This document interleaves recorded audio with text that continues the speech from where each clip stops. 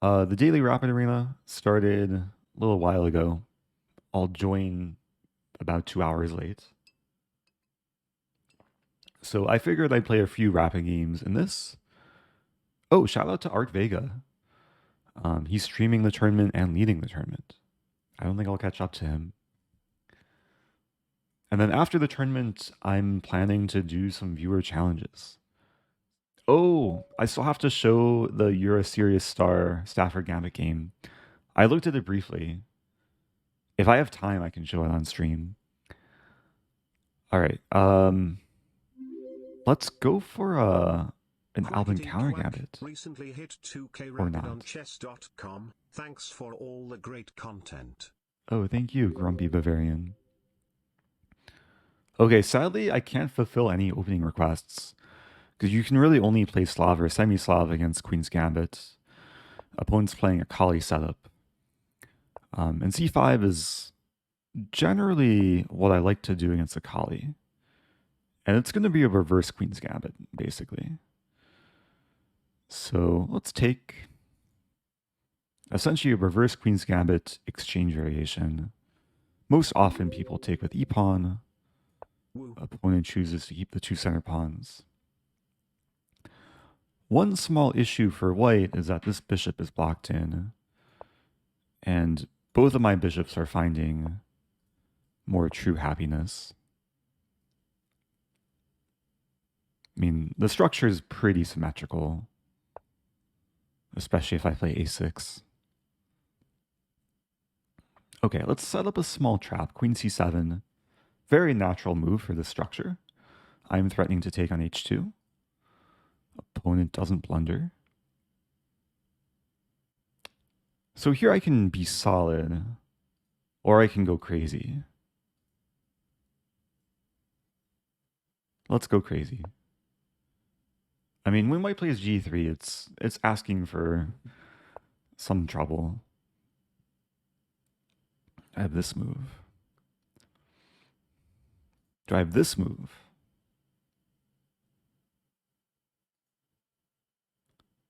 There's so much potential to have fun. Let's go crazy. Okay, I have an idea. I want to play this move, but after takes king h1, I mean, if I'm playing like Magnus Carlsen, I probably take and force a draw. But also if I'm playing Magnus Carlsen, I think the best move is to play this. After this, then I take. And the difference being I'm mating eventually if white takes on g3. I mean, Magnus could probably still figure out how to beat me from this position. Devilish rating, yeah. Let me try and gain at least 1 point.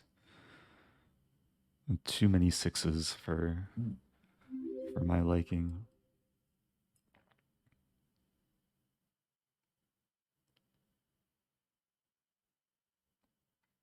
Thank you to Thick as Frick.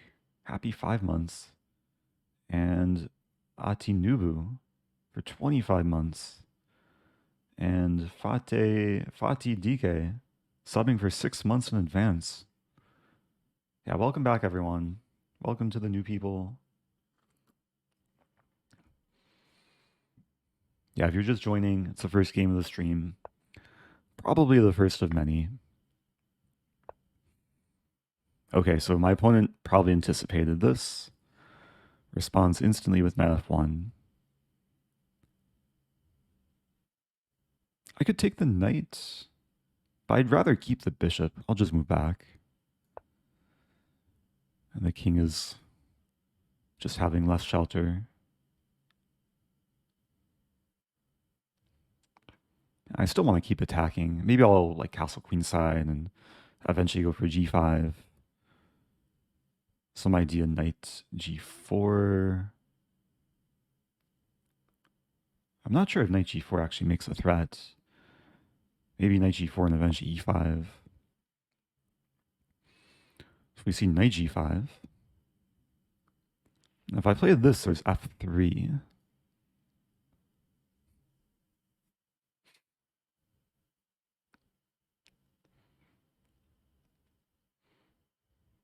So I'm deciding basically between this, this, and this. Black should be better after every move.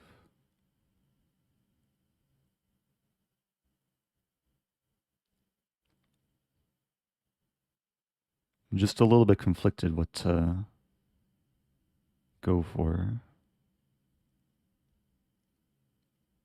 I think I will play bishop f5. Because this was actually more of a target than an effective attacker. And if takes, then I get rid of one of white's best minor pieces. And this structure looks a little bit weaker, but g6 will defend f5. d5's already defended. Some potential for f4 later. Ooh, white plays f4. Okay, now it's time to castle. My queen defends f7. I think eventually I want to move this knight either to g4 or e4, and then f6, g5. I would have to watch out for knight e6. That's one thing.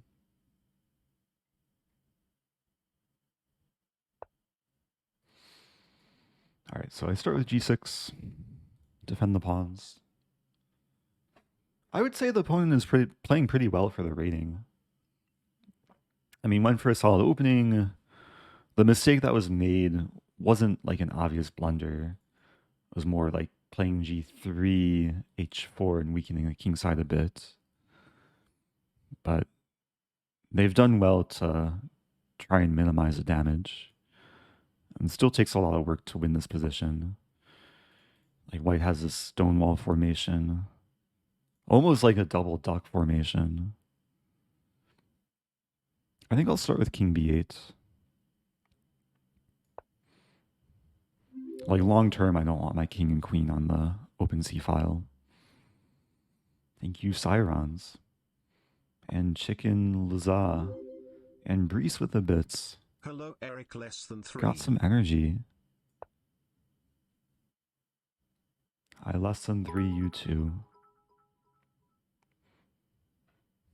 So the knight looks grim, but it's about to be monstrous. Like from c4, it does everything. Can't be touched by the bishop, blocks a potential pressure on the c file. It's very hard for even one of the knights to attack c4.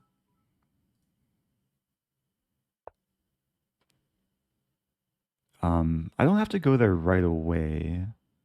Let's improve the rook. All the pieces playing some role. This rook probably wants to move to the file. Diego Aquila. Couldn't send bits from the iPad, but I think it did work from the laptop. Thanks for the bits. Thanks for the hype train. Hello to Jimberwood. Okay, gradually making improvements. We might see a5. If a5 is played, I'll play queen d7. So after b6, I can respond with a6, just keeping all the files closed, at least A and B files closed.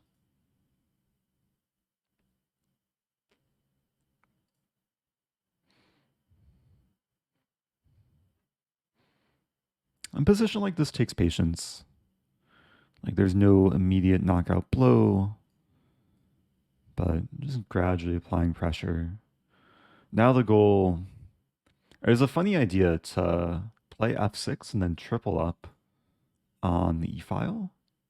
And then I'll have 1, 2, 3, 4, 5, maybe even 6 attackers against e3. Oh, you can always watch in the future, maybe. Generally, these longer streams will go on my extra channel. And sometimes if there's like a really notable game, I'll repurpose it for the main channel. Okay, let's play f6. Yeah, this knight has entered the wrong neighborhood. Welcome back to Bosty. Thank you. Thank you, Chuku. What am I trying to say? Thank you, Cheeky Gustavo. Complimenting the shirt. I mean, I could take the knight. Takes. Poor horsey, yeah. Sometimes king 8 is a better option. In this case, it's still hard for white to actually attack the king. But white is trying. a6 coming. Okay, let's go for g5. So if a6, I play b6. I use the white pawn as shelter.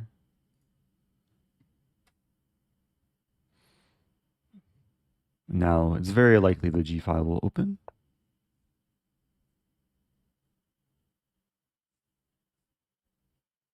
You have 2 Twitch channels. I have multiple YouTube channels. I do have a second Twitch channel that I was going to stream more variety content on, but then I realized if I want to stream variety content, I can still do it on this channel.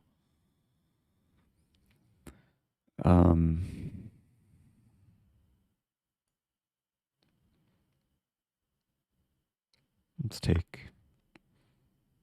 Yeah, so the pawn defends a knight, defends other pawn.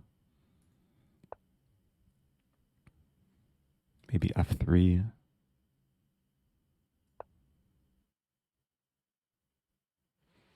Yeah, it's very important that knights can move backwards. f2 is very hard to stop.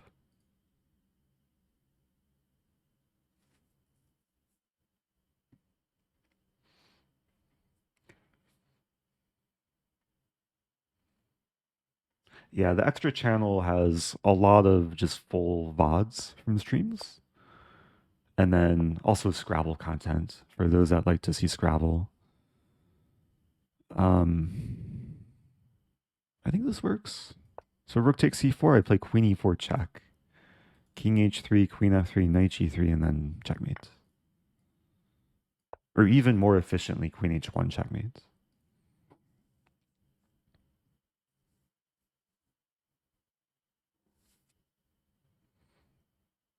Yeah, I think my opponent played very well for the rating. Wait, that's not mate? Oh, that's not mate. Oh, man.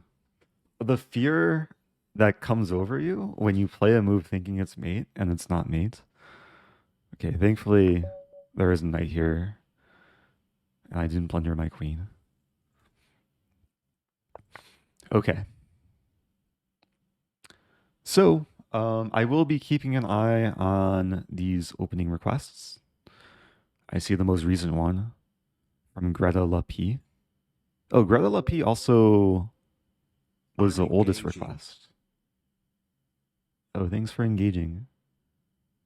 Tico. Also, Truths asking for a photo redemption. All right. Let's go back to tournament. There's only 20 some minutes left. So after the tournament, I'll hopefully have a photo to share. And just to show, we have a lot of e4 openings. So I'll play e4. We had Sicilian wing gambit. We had French exchange. We have center game. Okay, have the center game. And what do I want to play? Opponent's like a little bit higher rated. I think I'll play the true center game, which is queen takes. So this was suggested 2 days ago by Double B. I wonder if Double B is here. I'll play queen c4, I think is a trendy move. Greetings from Naxos, Greece. Ooh. I am usually in Sydney, Australia. Oh, wow. So are you on vacation? Welcome back to Krell. Happy 25. Yeah, the center game can sometimes go into a Danish. I mean, c3 is probably the most popular move in this position.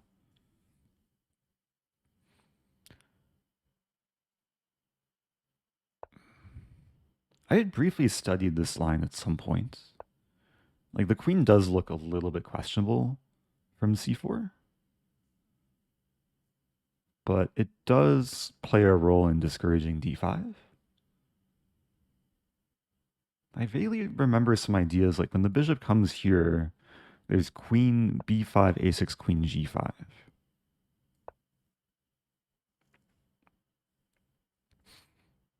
And we're going to have a sharper game. And this is definitely not a main line opening. Not the type of position I play too often from the white side.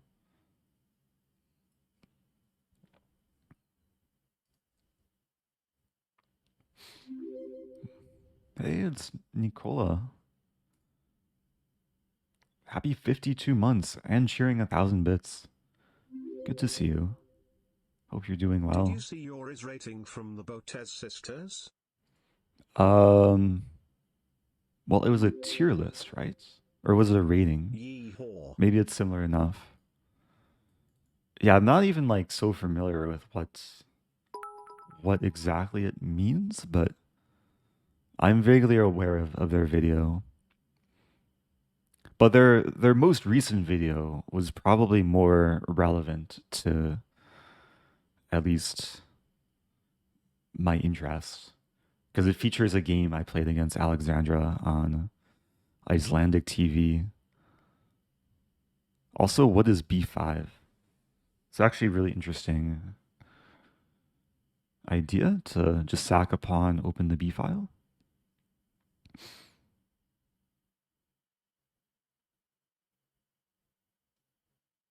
You know, I could take with knight, because if I take with queen, there's definitely some stuff to calculate here.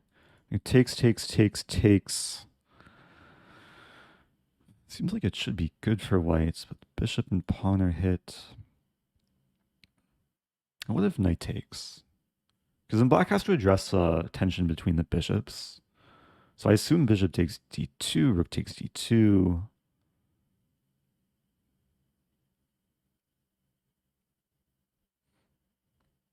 I think I just take with knight.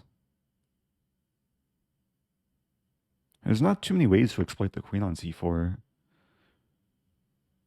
Knight e5 right away doesn't work. And even in this line, like knight e5, queen c7 should be okay. Okay, bishop a6 I kind of forgot about, but I have queen a4. And if takes, I can take with bishop. We might see queen c8.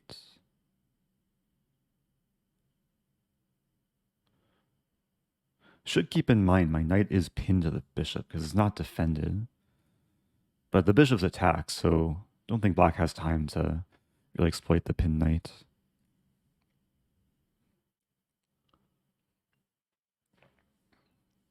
Have you thought about doing an advanced bot speedrun?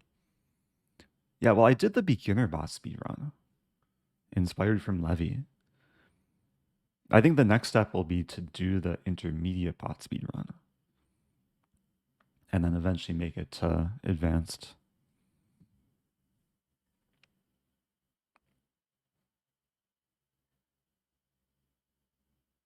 Oh, thank you earlier to Bibabet. Oh, asking about the video, and I'll bet. Yeehaw.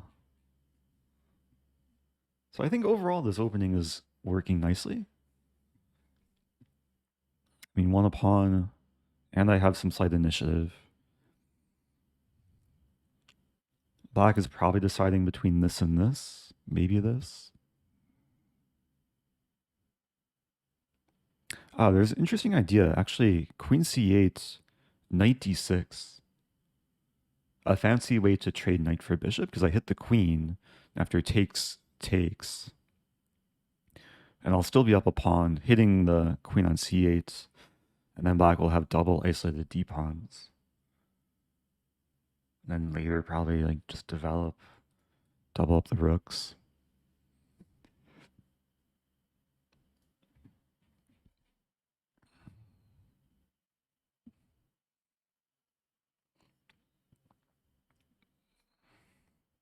You'd love to see me do a disrespect speedrun.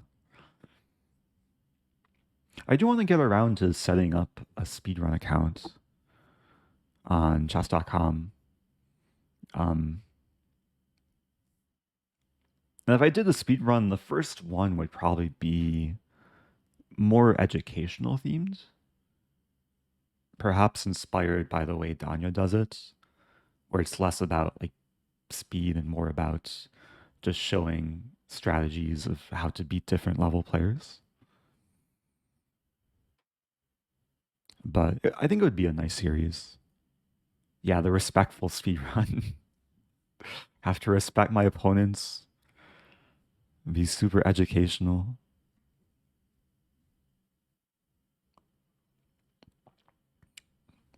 But I like the concept of having like different themed speedruns.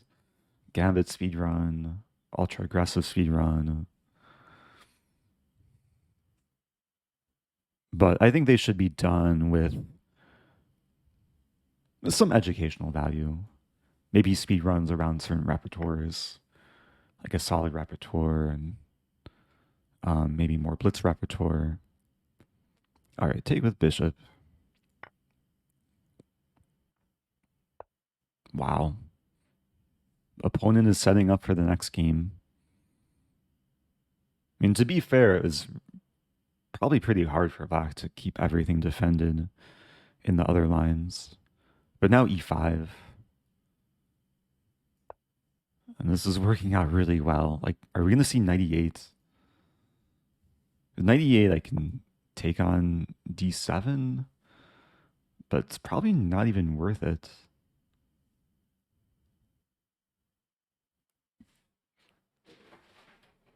Take a little bit of time here. Queen e4, essentially forcing c6. It is a somewhat forcing line, like queen e4, c6, bishop d3. There's f5, take, knight takes, attacking and defending.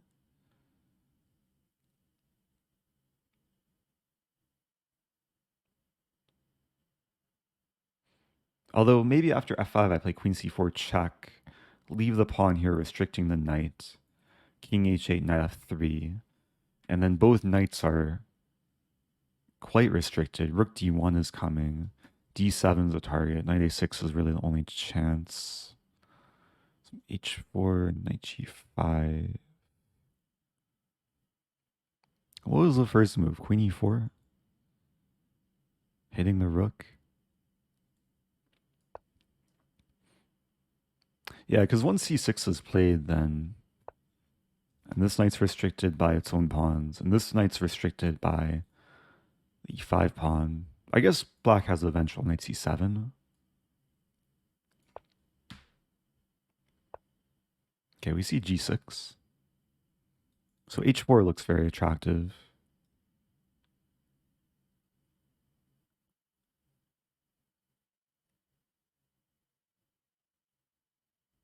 And queen a5 might be coming. I should probably start with knight f3. Just a more flexible move.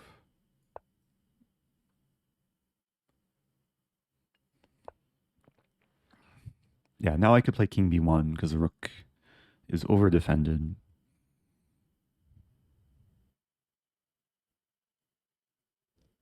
I could also play a3.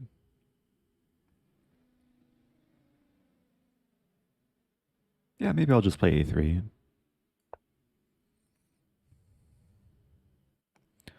So one goal is to get the queen here and knight here. Knight g7. Black is not dead yet, despite how good this position looks. Knight's coming here. I mean, I don't want to like spend too much time. Let's go for h4. It'd be really nice to get my knight to f6, but that requires some maneuvering.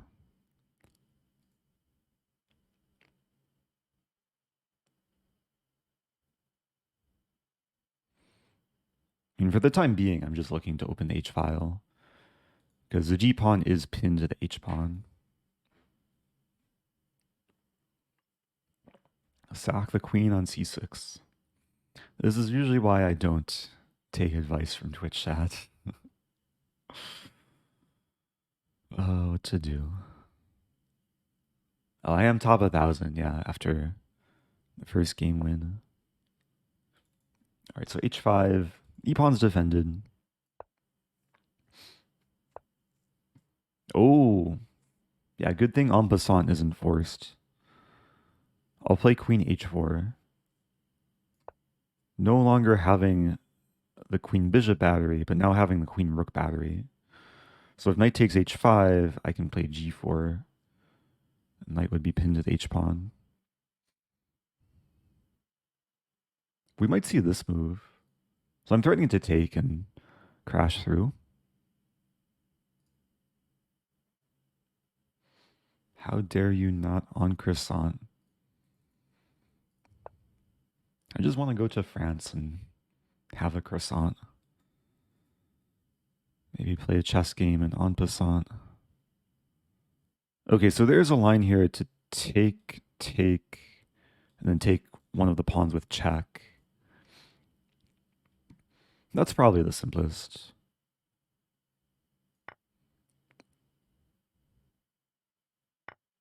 Yeah, this is what we call an in-between move.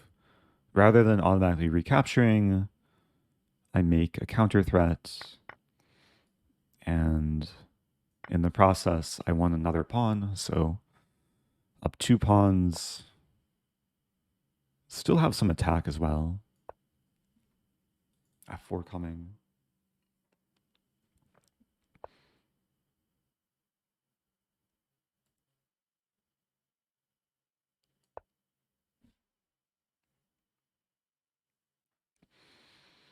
Yeah, some bishop h7 ideas.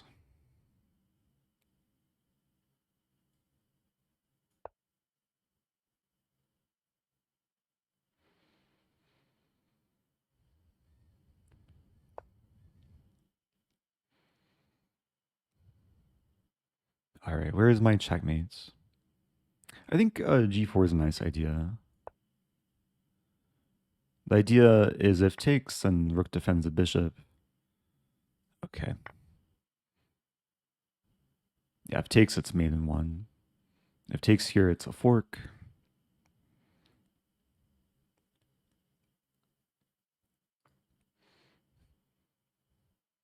If I win this game, do I get a rating point? Let's play this.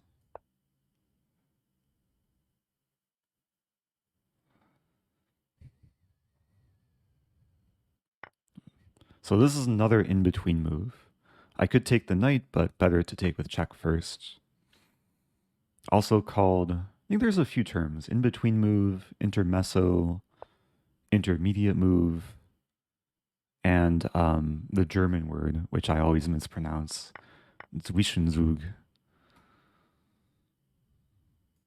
Zwischenzug.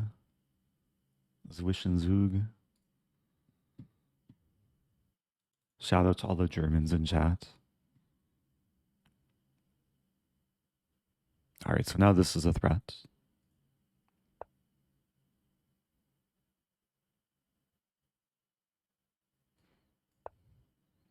Yeah, the fork is coming.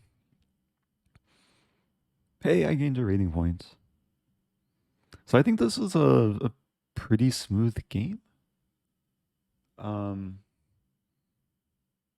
I feel a little bit bad because the person who suggested this opening was Double B. And it was 2 days ago. I don't think Double B was here to witness it. Maybe I'll have to whisper Double B and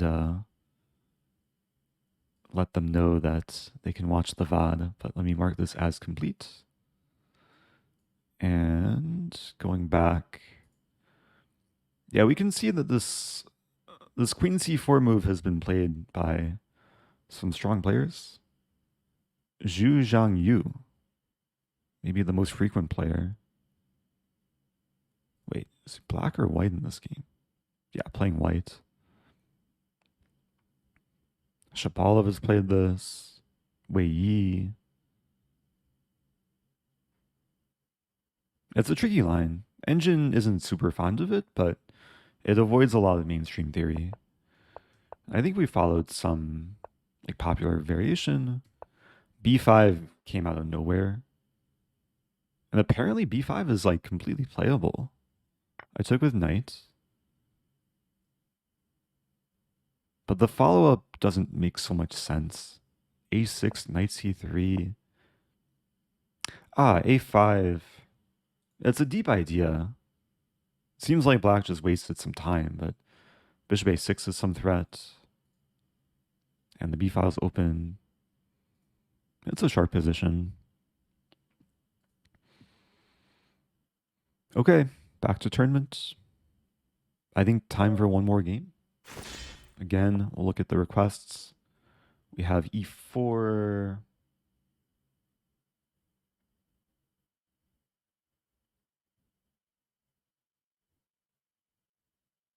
Okay, there was a request earlier. Let's revert back for Scandinavian. So this was from, Greta Lapi. Hello to Greta if you're still watching. I usually like to play knight f6 Scandinavian. Queen takes is a little bit more popular, but this can be a bit trickier. I just know more about it too. Like this is already not a great line for white.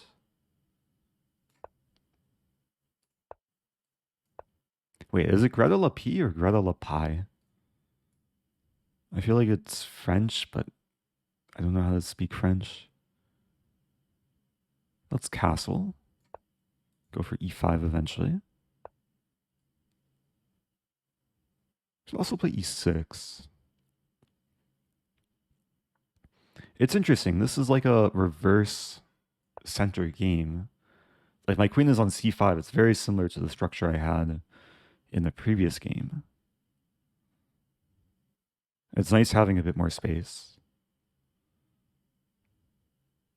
Interesting move. I think I have to take.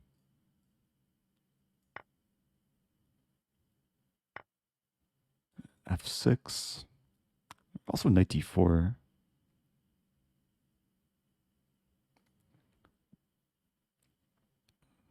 All right, let's start with f6. Maybe later g5. If the knight goes back to f3, then g5, g4 is nice way to add some fuel to the attack.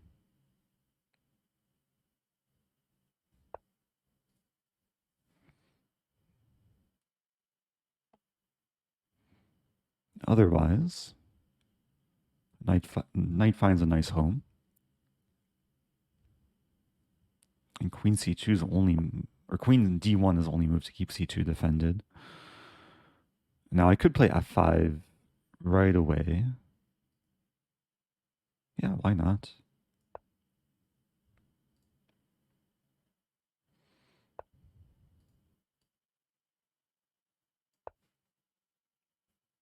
So a bit more space. Material still equal.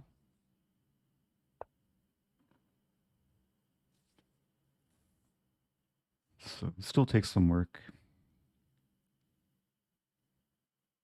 I really want to play g5, sack the pawn.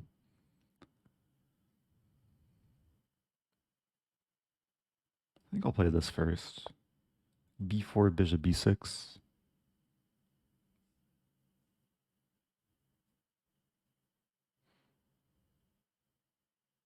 Actually, maybe I could have gotten away with this. Too late now. All right, so I'm allowing bishop e7. But then after rook g6, I'm hitting g2 and the bishop. And I think this wins material now. The bishop's pinned to the pawn. Bishop moves anywhere, it's checkmate. If white defends the bishop, then h6 comes. Ooh. I mean, I could still... Wait a minute. What's happening? I want to do tactics. Yeah, I think I'll just play this. Because my rook's defended. H4 is a confusing move. Defending and exploiting the fact my pawn's not actually attacking the bishop. But after H4, I just move the rook. And then the pawn is attacking the bishop. Here I can take the bishop.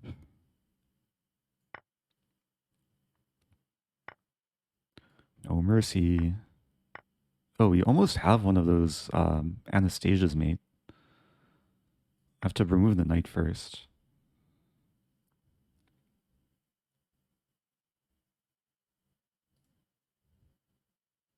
Okay, I don't want my opponent to resign. I want to show the Anastasia's mates. It's like a classic setup. Let's play this. Attacking the knight again. But this move also threatens mate in 3. Hey, we're going to get it. Knight e2 is a fork, but I don't want him to take the rook. I want to sacrifice a rook. And then checkmate. Okay. I hope people enjoyed that one. Thanks again, Greta Lapi, for the opening suggestion.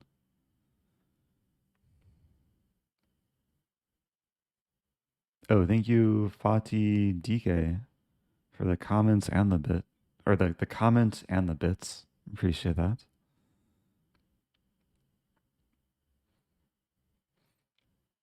I was showing, there's a resource on Lichess. It's called Practice. And they have like different fundamental checkmate patterns. And there's a whole series on, where is it? On Anastasia's mate. Maybe it's number 1? No. Where is it? This one? Wait, I'm going to find it. Here we go. Yeah, so the mate I just did, I literally shared this like maybe a week ago. You can train a bunch of these in this like Lichess learn page, but it trains exactly this pattern.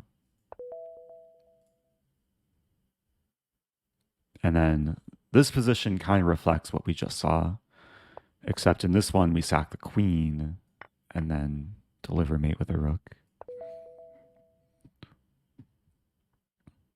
And this one looks complicated, but it's the same pattern. Here, here, and checkmate.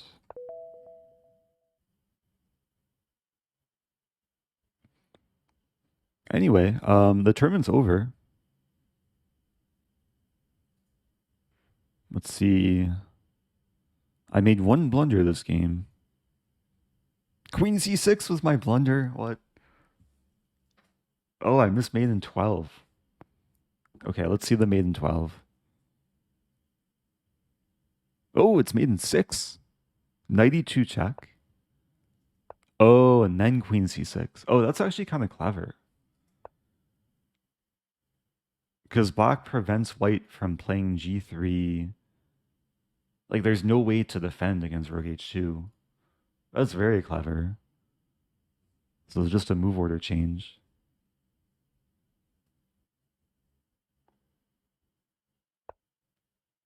Oh, it's mate in 5. Yeah, it took the engine a moment to like crunch through everything. If h3, rook takes h3 is checkmate. G-pawn's pinned. And we're still setting up the same Anastasia's mate.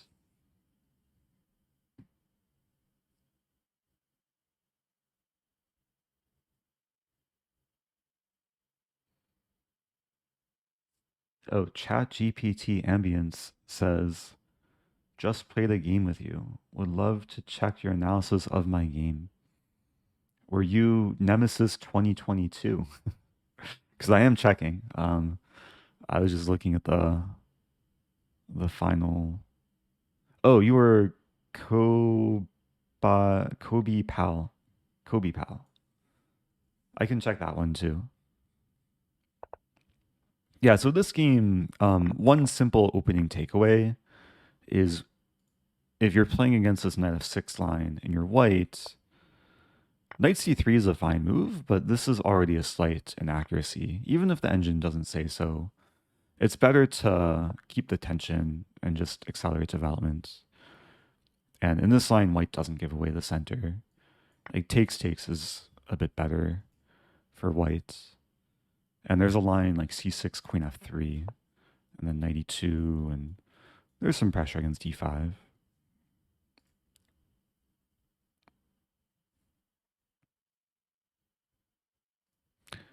So, let's check the other game. Oh, this game. Yeah, I mean, I gave a lot of insights like while I was playing the game. It was a slightly offbeat opening. We were looking at this earlier. Like the engine says b5 is okay.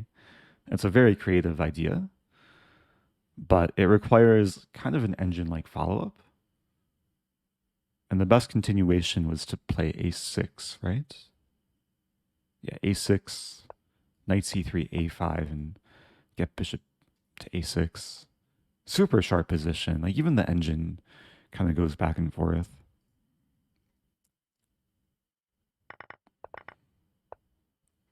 And then at some point, yeah, like after knight b8, it is kind of a point of no return.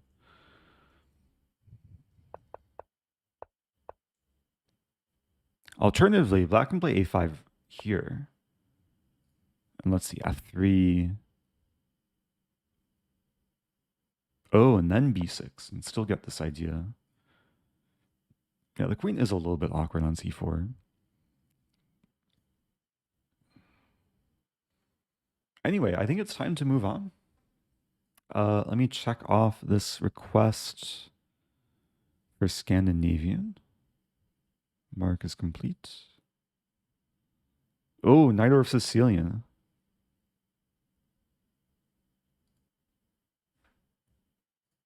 Okay, so a few more. Oh, there's a question too.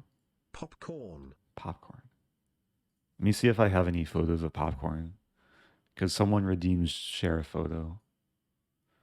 This will take a moment.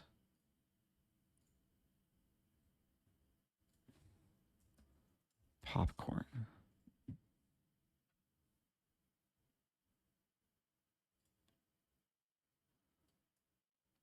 I searched for a photo of popcorn in my Google Photos.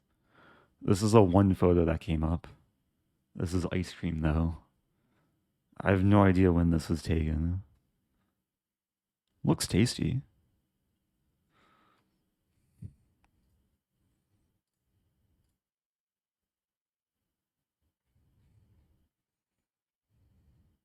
I'm looking for other photos I can share. Oh, I'll share a photo. I'm actually super curious.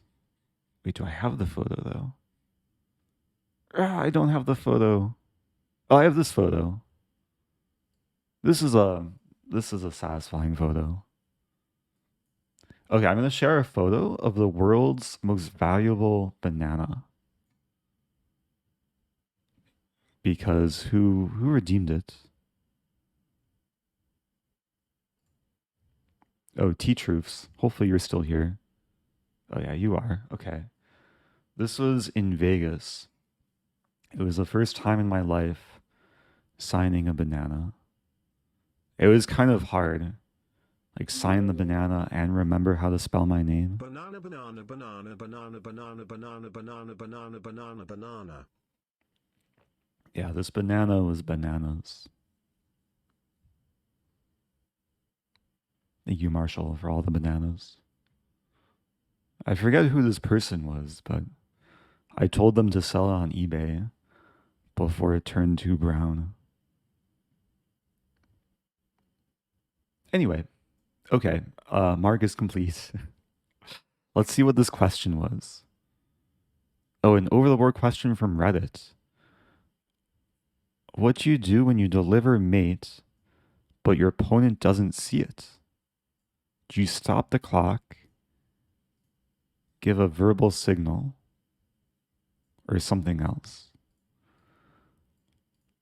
It's an interesting question because it's not something I've had to deal with in recent memory. Like in high-level tournaments, players are expected to know how to identify checkmates. Maybe there's cases where there's like a pretty mate and you take like just a brief moment to make sure. Although I do remember, oh man, this is bringing back like a suppressed memory from childhood. I played a tournament. I wonder if I can recreate the position. It won't be the exact position, but it was something like clear board. It was something like this.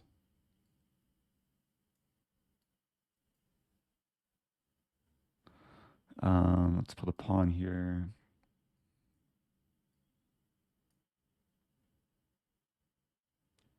This will do. So when I was 8 years old, I played my first national championship in Portland, Oregon, analysis board. This is definitely not the right position, but this essentially is enough to show what happened. I was playing in the white pieces. I was playing someone named Steven. I forget my opponent's name. It was a final round, and it was a under 800 section. This was back when my US rating was below 800, so it wasn't like the fully like open national championship, but it was for I think kindergarten through 3rd grade, and I'm pretty sure I was 5 out of 6. If I won this game, I would get a trophy, and I had a winning position. I was playing the white pieces. And I very specifically remember playing this pawn move. And I said checkmate. And keep in mind, myself and my opponent are like pretty low rated. So we both thought it was checkmate. But one of the protocols was when you think it's checkmate, you have like a tournament director come by to make sure it's checkmate. So a tournament director came by and told us that black has a legal move. And to my dismay, like when I played pawn g3, I didn't realize that my f pawn is no longer defended. I saw its check, but I leave my f pawn undefended. So the tournament director said that black has a move here and you have to find it. Like they didn't say what the move was, even though it's only one legal move. In this specific position, obviously there's 2 different checkmates in one. So I forget exactly if I maybe had a missed mate, but I played g3, and eventually my opponent saw that they can take the pawn. And then what happened was like, I stopped thinking. I played some random move, not realizing the danger, and then I got mated. And it was sad. And I was a bit disappointed. I don't think I cried, but yeah, what to do? So it was a lesson. And honestly, I had not thought about that game in a long time up until like, thinking about this question. So yeah, I guess at a beginner level, like if you're not 100% sure it's checkmate, you could, at least in scholastic chess, you could probably call over a tournament director, but like at any level, probably like 1200 plus, both players should know how to determine checkmate.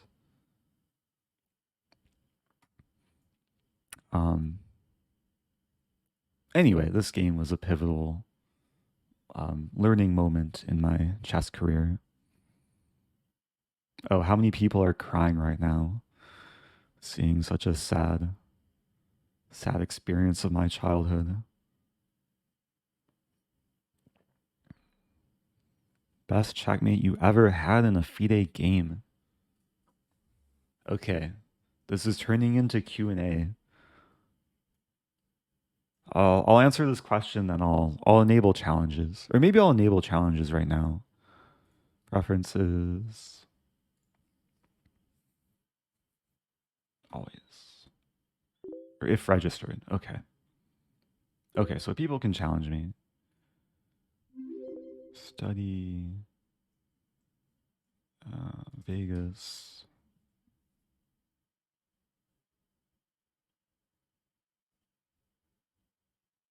Wait, where is it?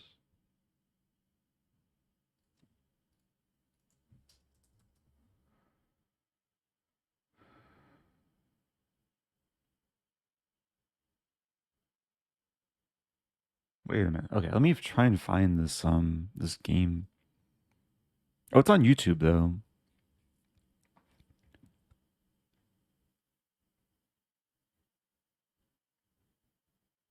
Yeah, this video. So it was my round 5 game from the Vegas Super Swiss. All right, well, And here we can hopefully see towards the end, or actually in the description, there's this study. Here we go. Okay, I already have 30 pending challenges. So is this game. If you want like the full analysis of the game, you can watch this video. 16 minutes of analyzing like the opening and beyond. But the game itself, it featured like an interesting material imbalance. I was up 2 minor pieces. Opponent kept fighting. And then towards the very end, I had this cool mating idea with knight dc8, king b7, and then rook a7. And all the arrows are saved, and this is checkmate.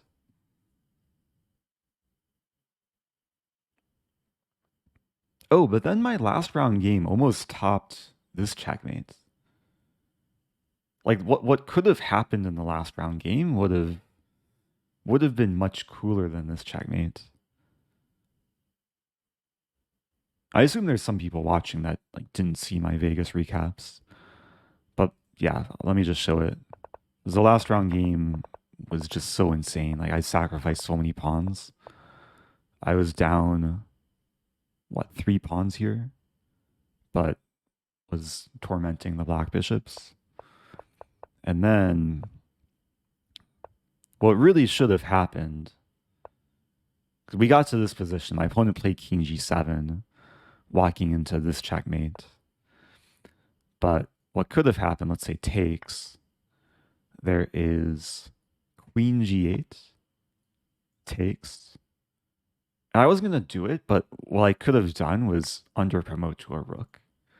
And this would be just hilarious because it's 2 rooks attacking the king from different directions. And you can only do this by promoting. I would have had 3 rooks to end the game.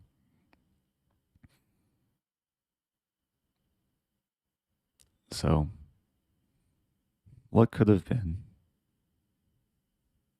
And again, if you want to see the recap of that game, go to YouTube, find my channel, and it's somewhere. All the videos, actually, it's there's a playlist, but it's a final recap from Vegas, for the finale.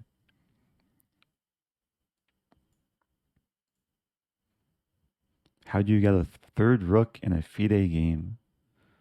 Yeah, that's actually probably why I would not have promoted to a rook, because there was no extra white rook around. Like, I could have gone to a nearby board and taken one of their rooks that was already off the board.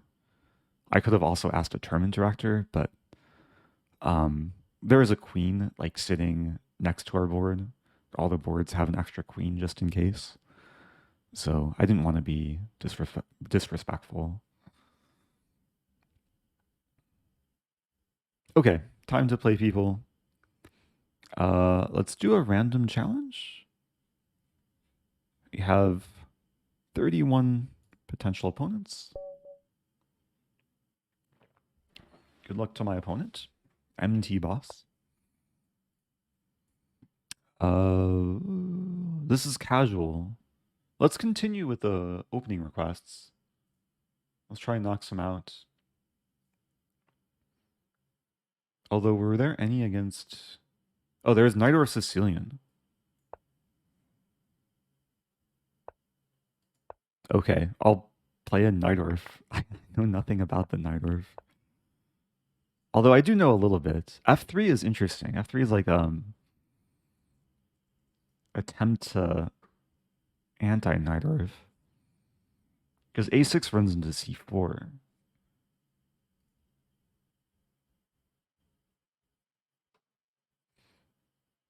I played this in one tournament game in 2011 in the World U18 Championship against Grandmaster Tersikian, who ultimately won the tournament. And I'm pretty sure he played this exact setup with eventually Knight D7 and A5, A4. So I'm going to try and do the same thing. Maybe start with A5. And I'm actually not fulfilling the request for Nightorf because my opponent played this F3 move, so it's just a different line. It is similar, though.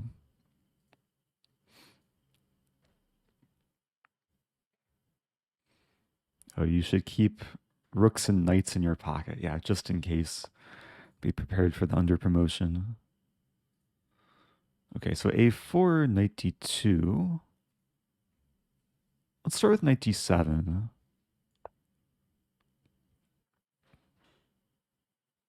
Maybe I should have considered Knight C6. All right, now A4 and Queen A5.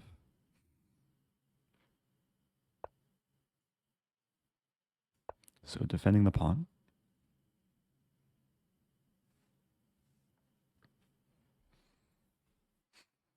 Yeah, I'm pretty much out of theory here.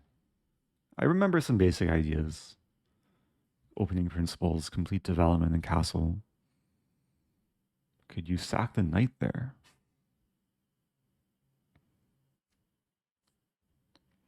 I probably could have blundered the knight in multiple ways. Sacking the knight. I assume, like, ideas of this, but I don't think it would have led to enough compensation. I don't know what to say.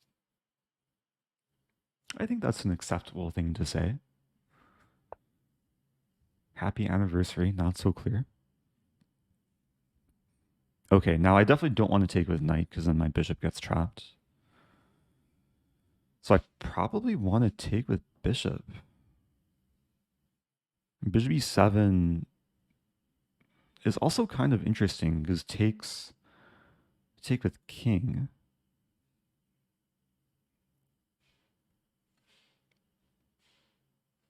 Let's play bishop e7. That might be bong clouding.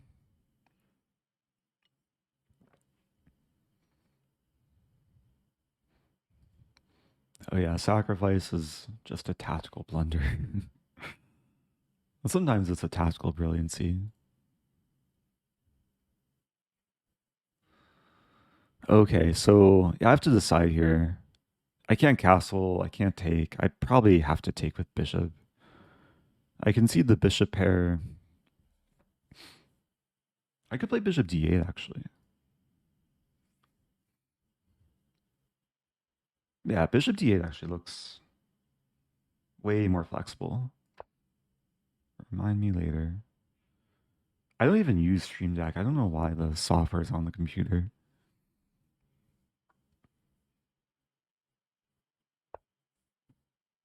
Okay, now I'll castle. So yeah, the king was no longer tied down to the bishop. Bishop is kind of on a weird square, but it restricts the knight in some way. Got my Hey, first it's Ross. castle fork 2 days ago. So happy. Oh, hopefully the first of many. I was mentioning Ross earlier at the very beginning of the stream because I was discovering, I was like going through some center game openings, and I discovered there's a variation of the center game called the Ross Gambit, which I'm probably pretty sure you're familiar with. I was close to playing it. Also, what is this move? If I take, we trade. If I play this, there's c5. Wow, and the queen no longer has d8 because my bishop's on d8.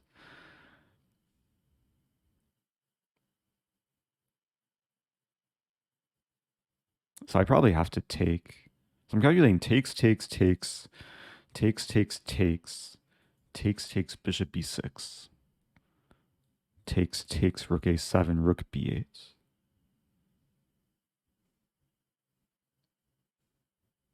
And maybe it's playable.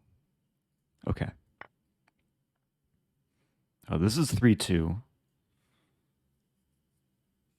I'm just realizing the time control. 22 seconds, but there's increment. Knight takes I was not expecting. Play this move.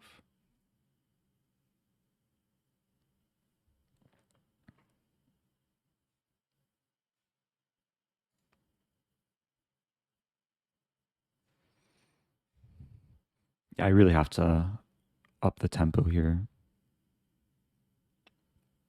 The queen is a little bit precarious, but I think it's safe for the time being. Oh, this pawn is kind of hanging.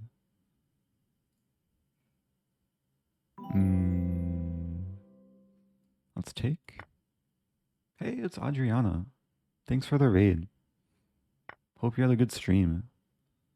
If you're just joining, I have less than 10 seconds left. I just lost a pawn. But there's some counterplay.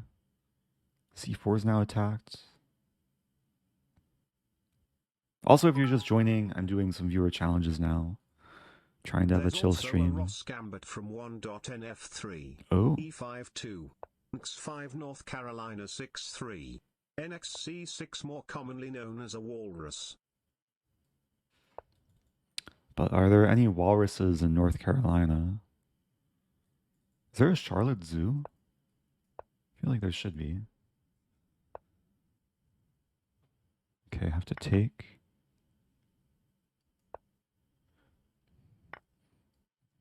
And chaos is breaking loose.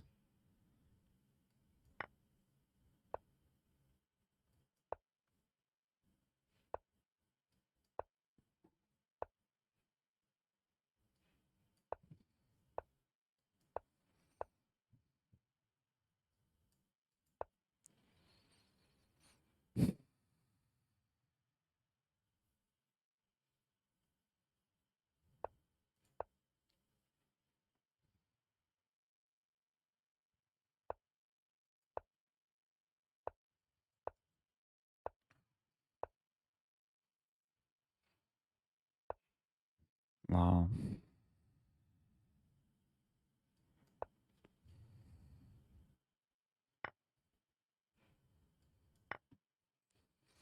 Okay, opponent blundered in time pressure. It's still not over, though. Should take with this rook.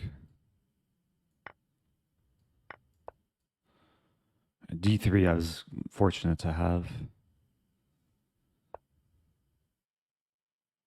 Play this.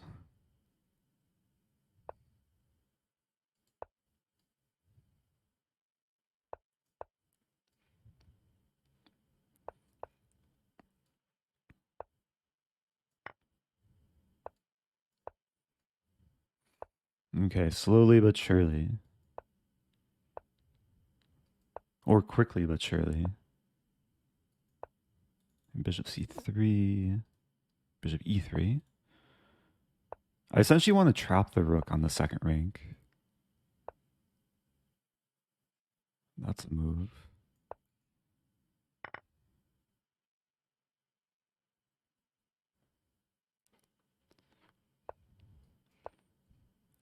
Yeah, so the rook is now... Wait.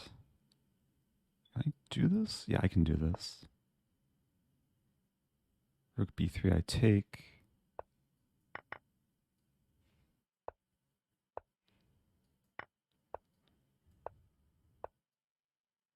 Oh no, wait.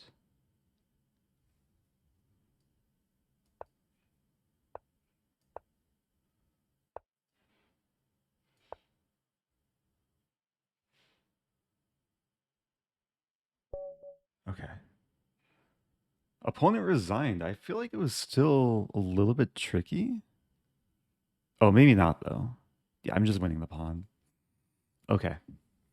That was that's a good fight. GG MTBoss. I was probably worse in this endgame. Like white was up a pawn. But sometimes these opposite color bishop positions are still very, very tricky. Mouseless board. Questions about challenges. I'm not accepting every single challenge, but if you challenge me and then be patient, I'll be accepting a good handful. So, 4 streams in a row. Oh yeah, 4 days in a row. Actually, like I wasn't keeping exact track, but I guess 2 in a row for July. Happy July 2nd. So if we go back to the opening, yeah, there's been some theory here. F3 is a very subtle but tricky move that in master level play, it's only played 2% of the time. But the idea is to delay knight c3, because there's a lot of lines where white can play c4 and then knight c3. And then it's more of a Marazzi bind setup. And a6 isn't as good against f3 because of the Marazzi bind. So this is called the Prins variation. And I was playing like Judith Polgar and Anton Korobov. But after knight bd7, okay, there's still some decent players. Hey, it's Perugia. a4.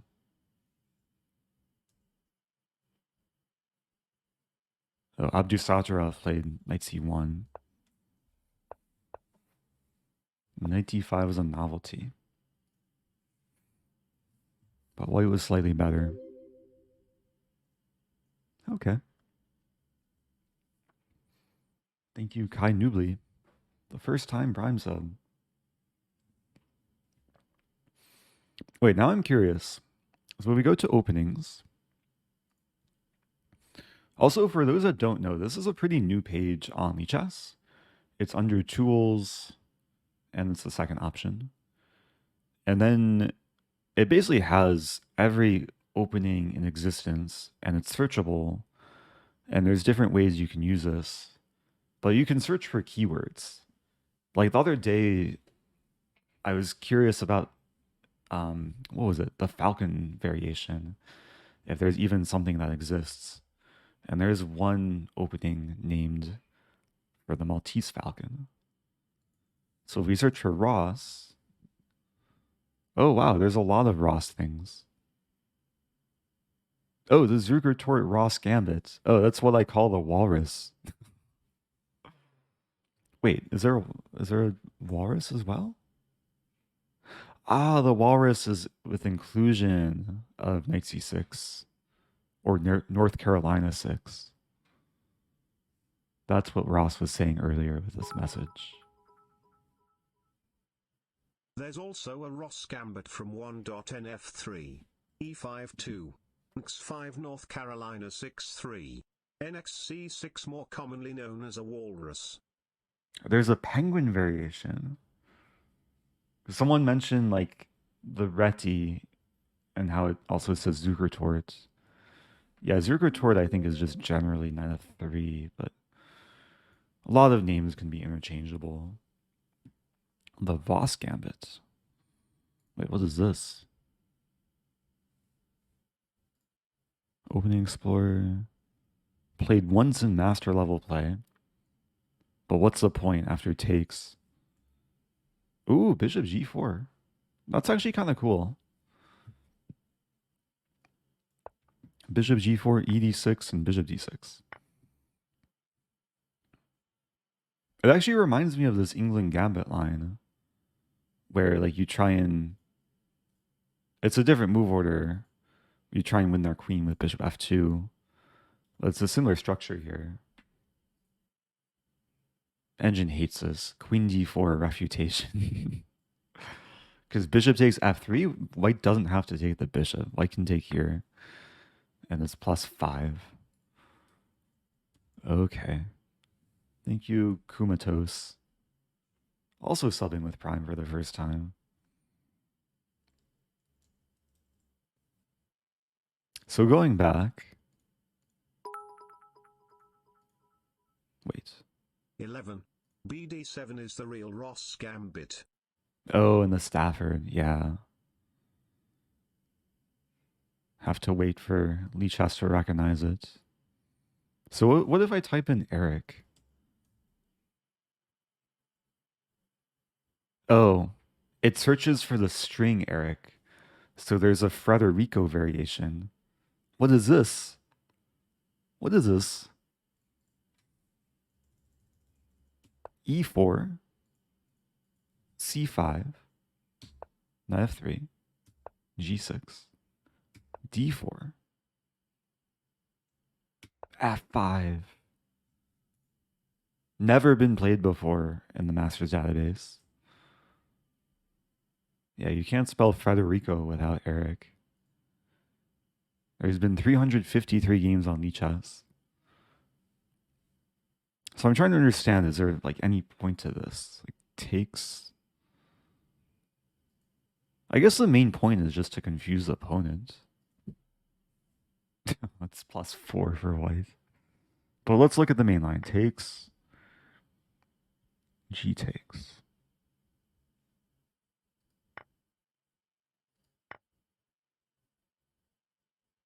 Like maybe it's salvageable.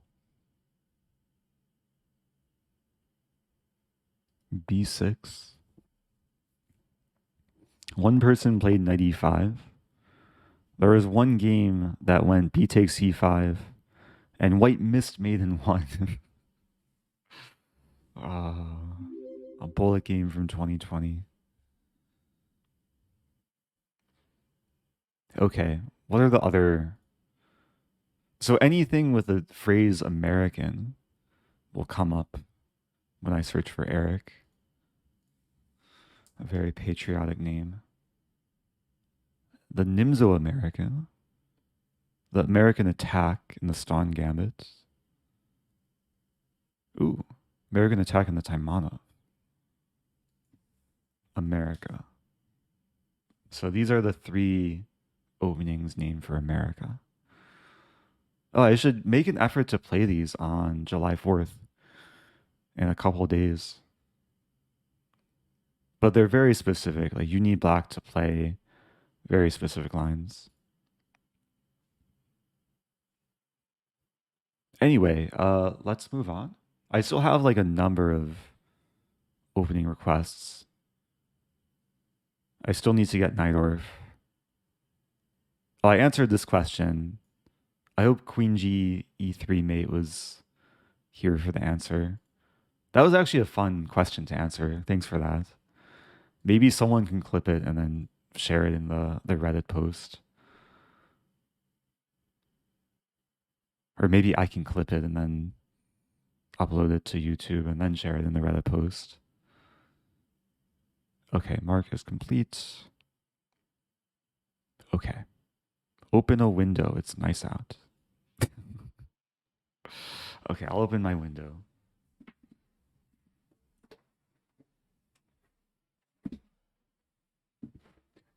Window's open. It is nice out today. Mark is complete. Okay. Oh, we want another O'Sullivan. I played the O'Sullivan a few days ago and I got crushed. But maybe I can do another. Light Villette. Oh, Light Villette wants to play into a Stafford. Yeah, people are welcome to challenge me to custom positions or variants or normal chess, casual or rated. Okay. Playing Marcus Carlson. New account. I'll try another O'Sullivan. How about?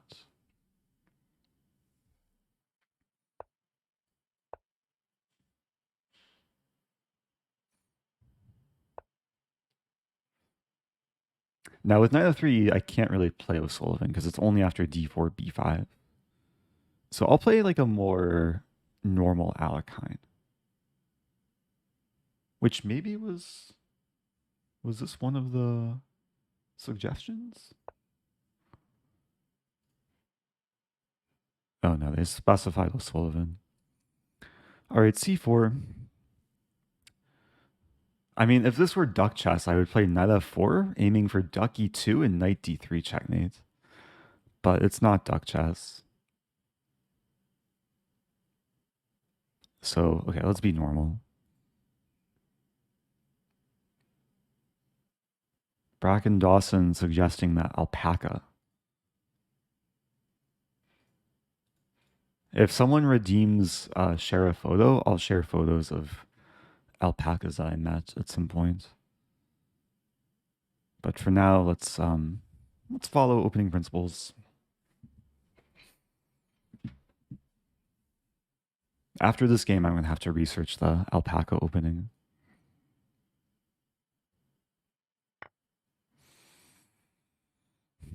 There's a question which pawn to take with. Like generally in the Alekhine, either pawn is acceptable. I think I'd rather take with the c pawn. Keeping two center pawns. Very often the bishop fianchettos.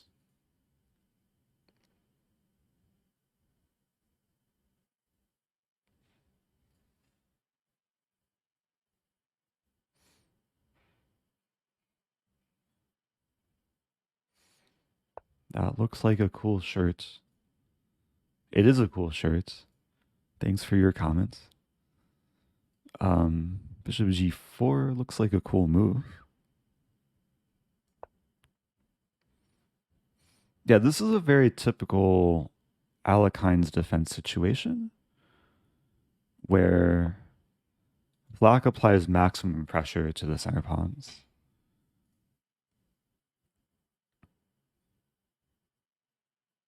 And this can actually be a very effective setup at like a lower level. A lot of players at a lower level tend to blunder one of these pawns in the opening. Like there's cases where after bishop e2 takes, there's knight c4. In this case, I probably have to trade on f3.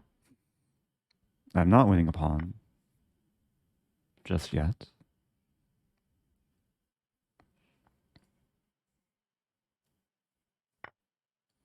But still applying pressure.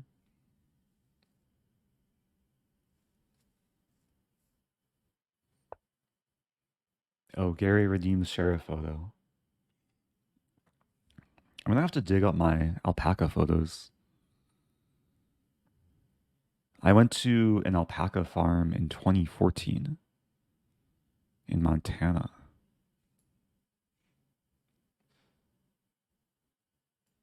All right, let's castle.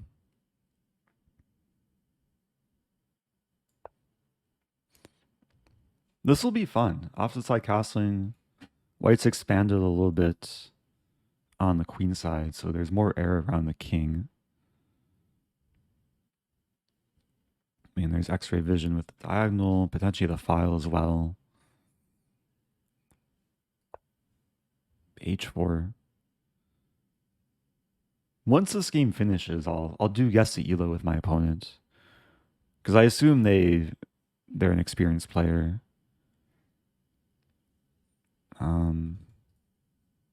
I feel slightly threatened. Play e5.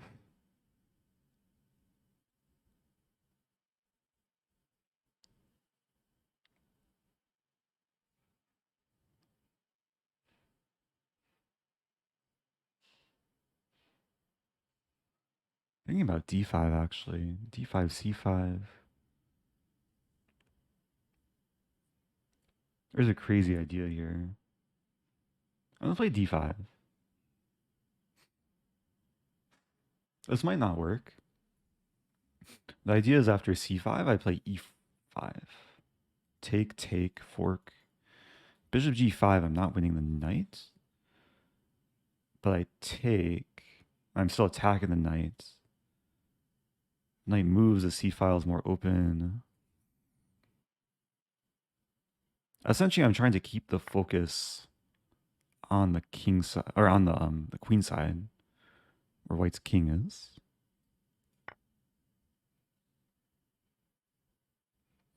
And queen takes, we probably trade, and knight b4. Maybe win back a pawn. I'll still play knight b4. So attacking 2 pawns. Bishop c4 looks to defend both pawns, but walks into rook c8. And however white defends the bishop, there's b5.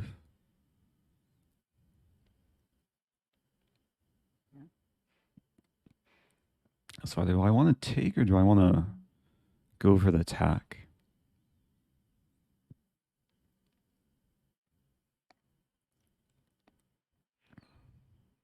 I think I'll take with queen. Because I'm still a little bit terrified of this h-pawn thrust. And I'm getting low on time.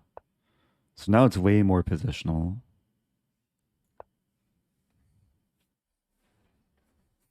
White has the bishop pair, but I have better structure. D-pawn is isolated. Play rook c8.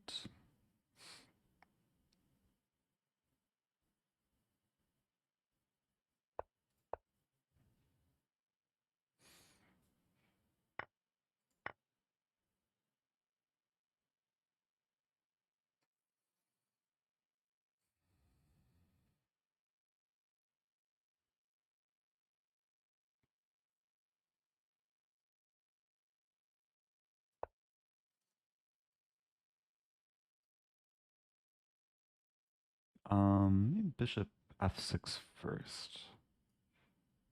97.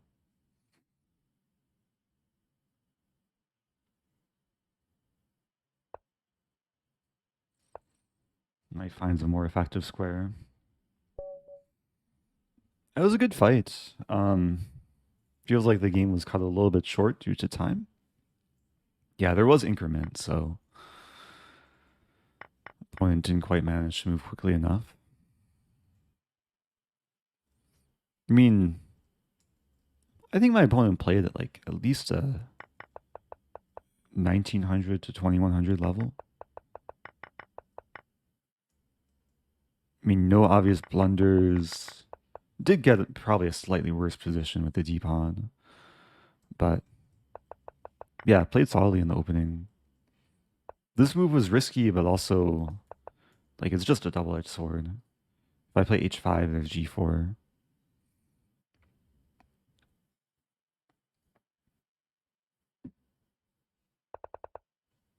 What about c5 after castling? Can analyze. c5. Yeah, because if I take, then the queen and knight are hit.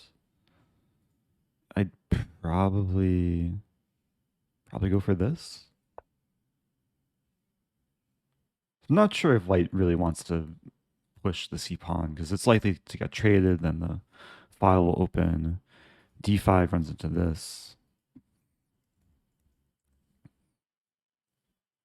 So, yeah, h4. Engine slightly prefers white. But engine really likes h5 here, just ignoring the center. I could have been in trouble, like queen h3 coming.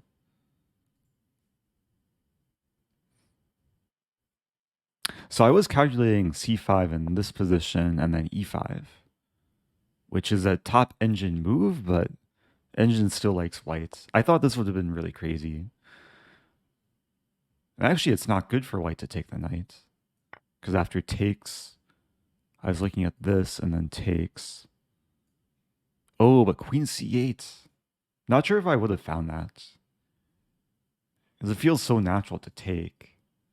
But maybe if we got to this position, I'd realize takes, and then maybe realize there's c-file pressure.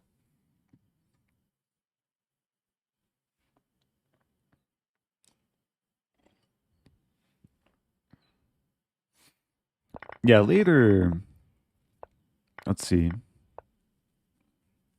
It's like roughly equal. I think it's a little bit more comfortable for black.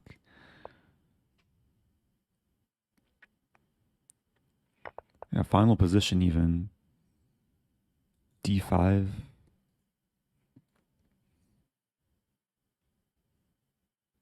Okay, so the last two games I was close to fulfilling opening requests, but didn't quite get the exact variation. So I think we move on. Was there anything I wanted to do? Oh, I wanted to show... Wait, do I have it in my Google Photos? Gary redeemed share a photo. Alpaca.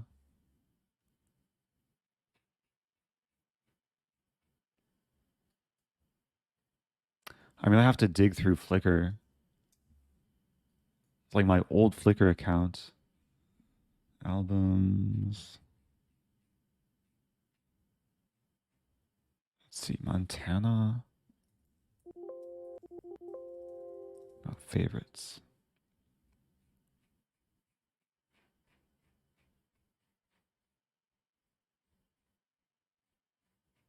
Okay. I found one alpaca photo I took in 2014 in Montana. It was of a newborn alpaca. This alpaca was like an hour old. And apparently, like after they're born, they can just start walking right away. And it was experiencing the world. I believe the alpaca in the background, like this alpaca was a mother, but it was smelling the other alpacas. At some point, I took a selfie with the baby, but it was cool. Some nice weather, nice lighting conditions. Wait, alpacas or alpacae? Pretty sure we just say alpacas. So what's the alpaca opening? Because there was a request for this alpaca. Do I have to refer to Google? Alpaca chess opening. Oh, it's a variant. So is alpaca like a piece? The alpaca jumps one or two squares orthogonally. Orthogonal. It moves at right angles. Wait, what? What does that mean? So like, I need arrows. It can capture on the second square.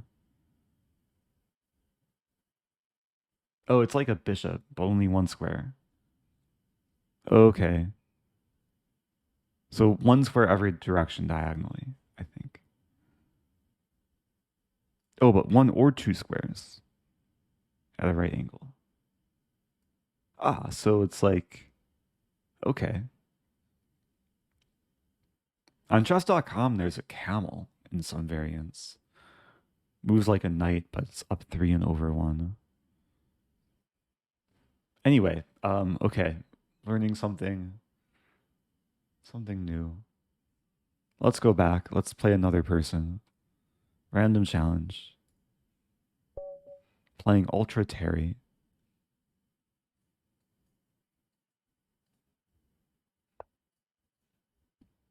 C4.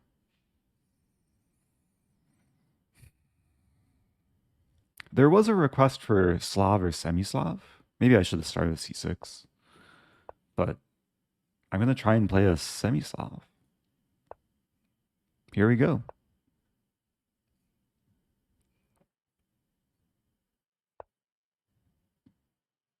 Bishop F4. So this is This is definitely not the most common move. And I think in general, like when the bishop commits to f4, it makes sense to take on c4. Also, this is from Greta Lapi, so if you're still watching, you're welcome. This request was 2 days ago. And I'm going to try and defend the pawn.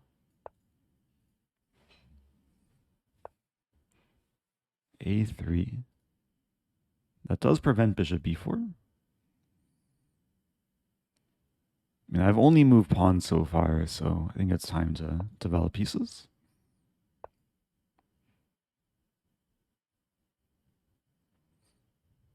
Oh, I forgot to update the challenge command. But I guess maybe I'll keep the challenge command. 3-2 would be the preferable time control, just to get in more games.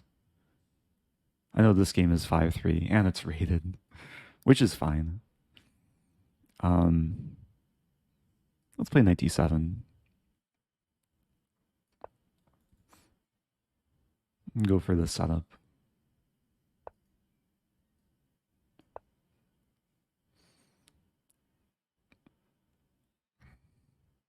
So white has a center. I think the general approach here is to just complete development, accepting that I have a little bit less space, but I do have the extra pawn. If white ever plays this, I have knight d5. Long term, I might want to like over defend this and then play c5.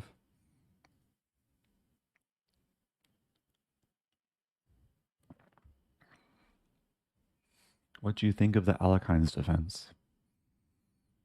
That's definitely not the most popular response to e4, but I think it's sometimes overlooked as like a very reasonable, like viable option. Pretty easy to learn.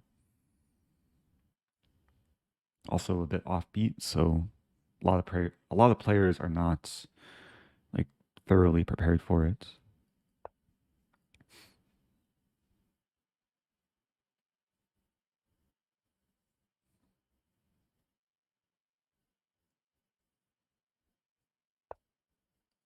Wow.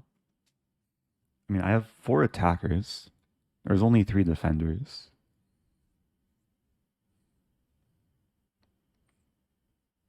I'm wondering if, I mean, takes and then e5?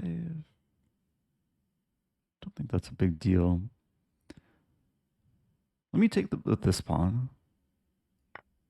I got my pawn diamond. So I should get a Rosen trophy for this game, I think. Although maybe I still have to win to get the trophy. So I'm up 2 pawns now. White has some blockade with the knights.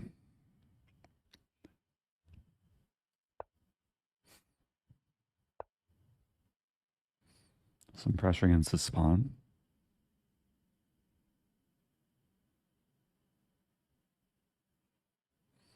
Bishop c5.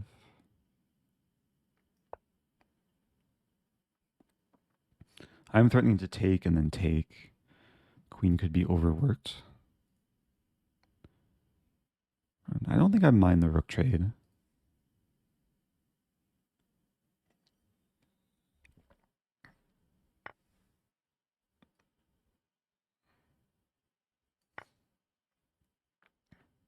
Are trophies given for casual games?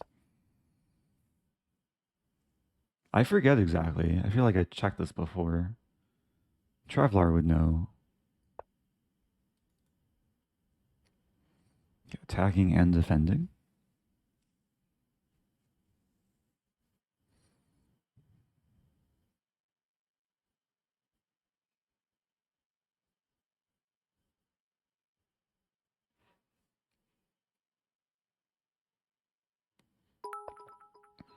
Hey, it's Fangduster. As the old saying goes, you can tell a lot about a person by who sponsors them to play chess. Magnus, Puma, Hikaru, Misfits. Levy, some weird crypto scam thing. Levy's Eric actually. Rosen, Blush, Intimate Oh Pleasure dear. Store. Good.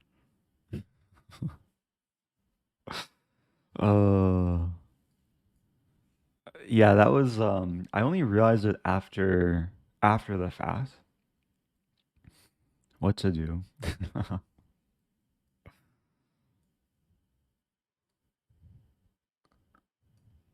Pretty sure Levy moved on from his previous sponsor. I've also moved on. Let's take. Take and then F5.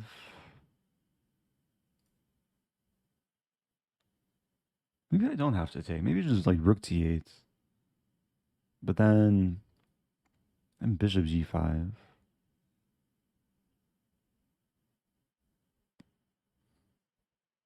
An oddly tricky situation. Maybe I can take in queen F6. There's some pressure against F2.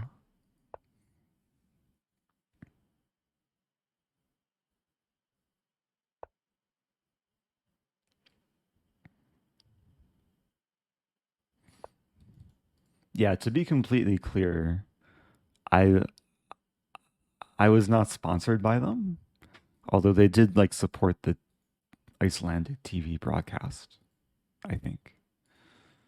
Pretty sure that's how it worked. Let's take.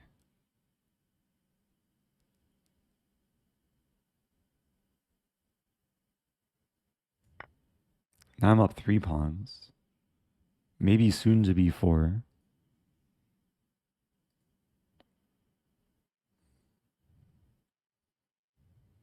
I did not see Levy's PBS interview.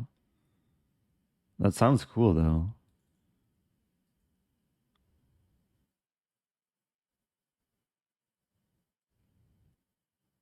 I play this. I think it's time to start pushing.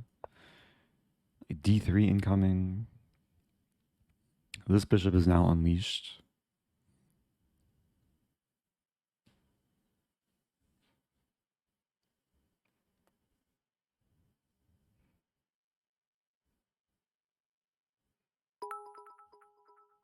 Oh, maybe I did see it. That sounds familiar. Okay, D3.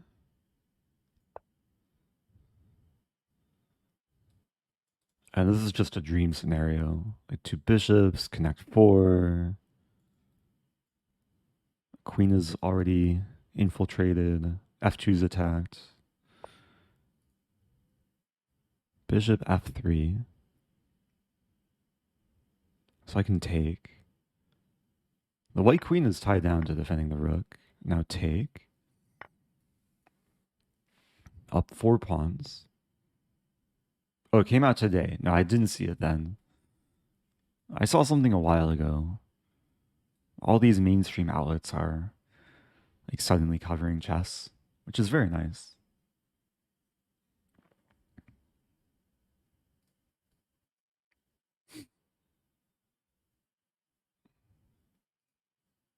Yeah, if the queen gets attacked, I can take. Counterattack.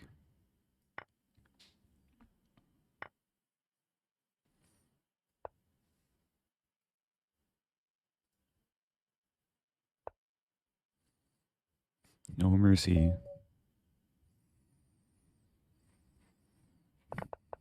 Okay, that was I think that was kind of like a dream scenario for a semi-Slav. It wasn't super theoretical. Like usually the knight is already committed to c3, but I think we saw some like nice themes from what can happen in such a structure. I really just played all the thematic moves.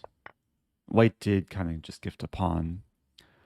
From White's perspective, it's already maybe not so pleasant. Engine likes this move to just grab space, and then like later White potentially wants to play knight e4 and then orchestrate some attack. But the bishop's attacked here.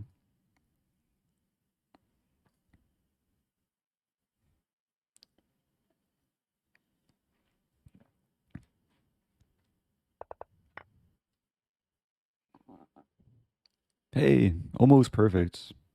1 inaccuracy. Knight b6. Seemed very natural. Engine prefers more active knight e5. And what if takes? Ah, rook d8. So the pawn is poisonous. Okay, moving on. Do I try a variant? 1+1 Horde. There's also a bot challenging me. Nothing Borger. Custom position. There's a classical game. Let's play Horde. Haven't played this in a while.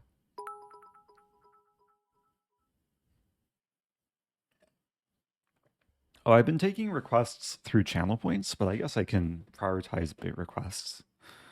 I want to see a Danish Gambit. Might be hard to play the Danish in such a variant, though. Okay. Good luck to my opponent.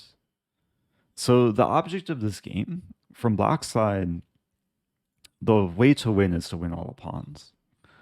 From White's side, White just wants to checkmate. Pawns can queen like normal. Oh, but White moves first. So, good luck. Is my opponent here? Are you here? Let's say good luck first. Okay. We'll give it like 10 seconds.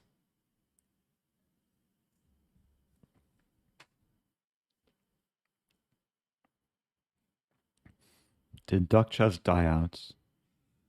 It's not completely dead. It's just not duck season just yet. It'll come back.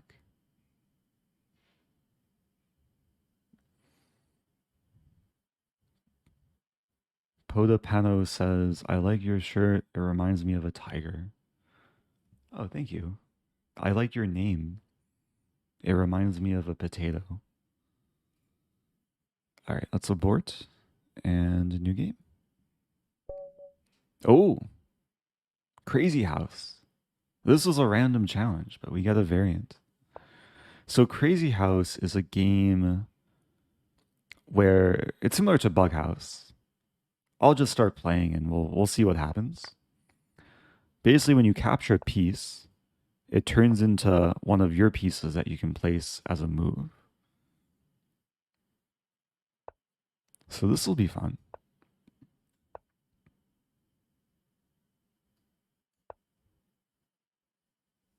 So we each have a pawn to place on the board if we want.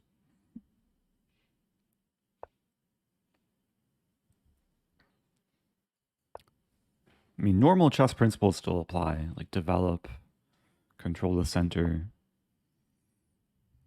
There's not anywhere great to place a pawn. I'll keep developing. I think knights are a bit more valuable than bishops in this game. But do I want to take that?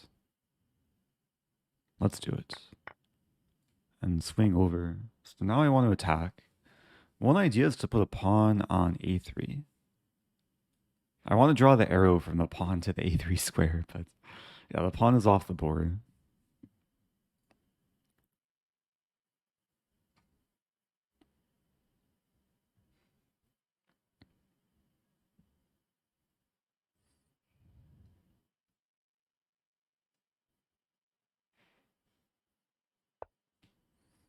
Oh, opponent prevents me from playing pawn at a3. So now I can play pawn at b4. I think I'll play e6. d5 looked annoying.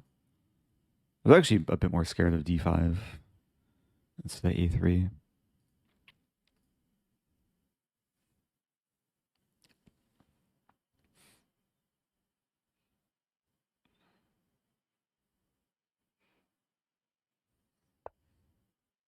So black is being extra safe. I'm already calculating like funny lines. But do they work? Take, take, take. Bishop gets placed there. Take, take, check. So I'm calculating takes here. And then bishop at b2. I could also play knight at e4. Don't think that leads to much, though. So maybe pawn at b4. Essentially a fork. Why not spawn a bigger pawn? I have to work on my pawn spawning, I guess. But this pawn has been spawned. And if we trade, then we'll both have new pawns to place. But then at least the bishop can come in.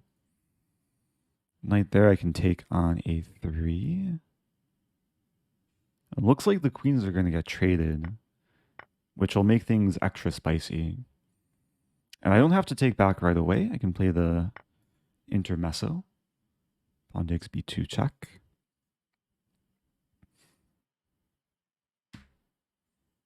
So I won a pawn in the process.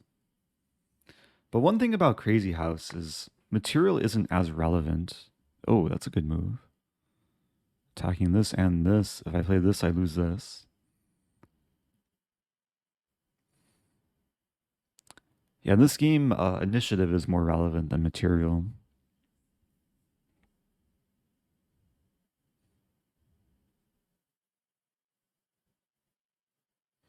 I'm trying to calculate like pawn at c6 takes. Can I trap the queen?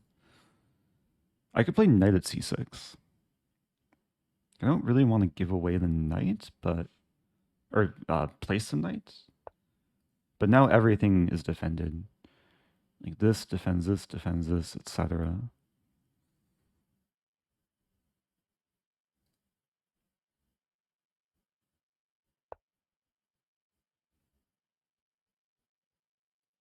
Can play this move.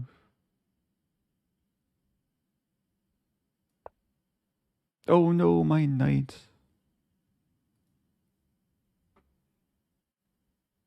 Yeah, this pawn is so deadly from c3.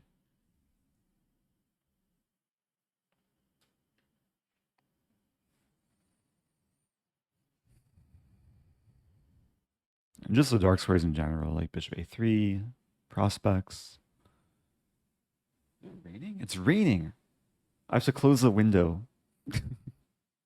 There was a person earlier who redeemed channel points telling me to open a window. I don't want it to get wet.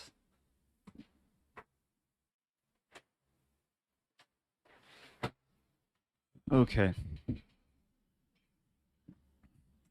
Why are there 3 bishops and 3 knights? Yeah, if you're just joining, this isn't traditional chess. This is Crazy House. We're about to see the conclusion. So I have a queen to place. Only legal move is knight at b1. And then it'll be checkmate.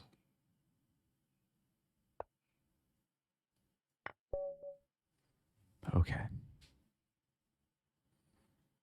I hope people enjoyed that. I don't do too much Crazy House. Good game to my opponent. The cool thing is we can run the engine analysis on variants too. Like we can use all the same tools as we do in normal chess. Hey, thank you, Angelica Chessborn, with a raid. 42 new people. If you're just joining, I was just playing Crazy House. It's a fun variant of chess. And I am doing viewer challenges. So if you want to send me a challenge, you can do !challenge. Let me update the stream title. Viewer challenges and chilling. !challenge. There we go. Smiley face. Okay. I made 3 blunders this game. It was 18 moves. Bishop g4 was a blunder. Wow, white was +6. The best move was pawn at g5. It's crazy that like engine will probably just destroy anyone in this variant. I know Yasser is like very into Crazy House. Oh, thank you, Angelica. Yeah, shout out to Angelica. Hope you had a good stream. You spell your name correctly.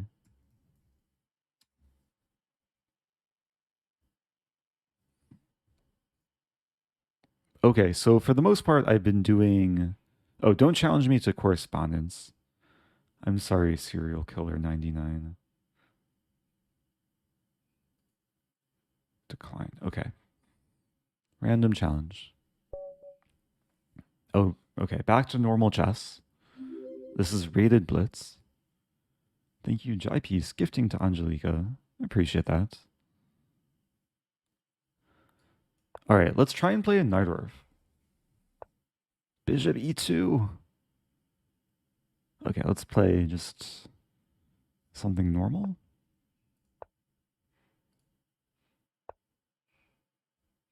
Oh, JP said we had a fun stream. She was playing rapid games. Yeah, I was playing some rapid chess earlier. Transitioned to blitz. Also just transitioned to mixing things up. We have a dragon formation. There's a goal of...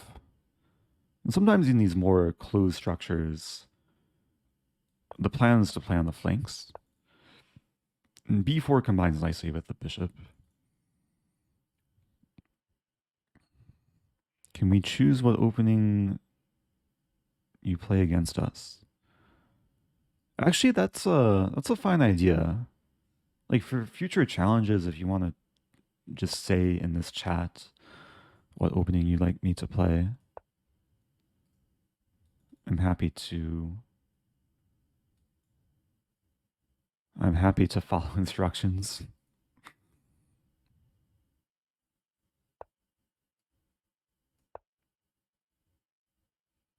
You can also challenge me to a thematic game.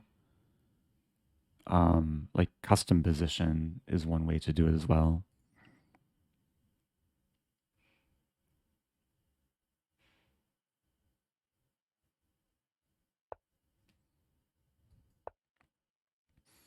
Oh man. Connect 5 maybe incoming. Like a3. I have to be careful though. Well, the a-pawn's attacked. Queen a5 is probably the move to go for. I think a3 would be a little bit too much.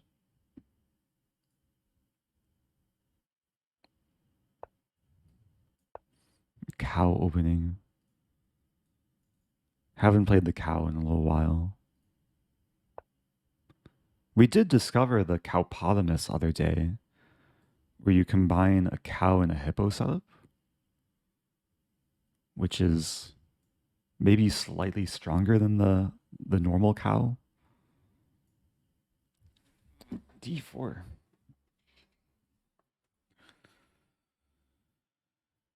I do have to be careful. Pretty sure I can get away with this. There's a line like takes, queen d5, hitting both knights. So after takes, I take with this knight.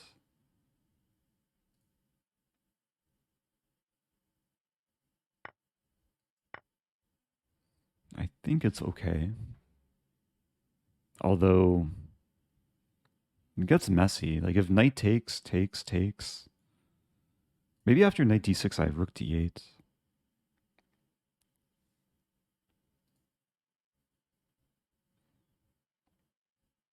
White sacrificed a pawn. I should have considered queen takes and played like very automatically there. But I think this is still good. Bishop b7. Everything's defended. And the queen's now a target. Like knight d4 is a pretty big threat. Hitting the queen.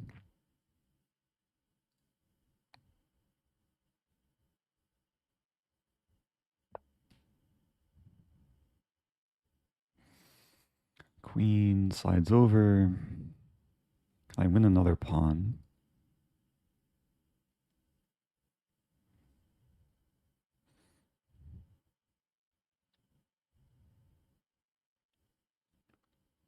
I think I will.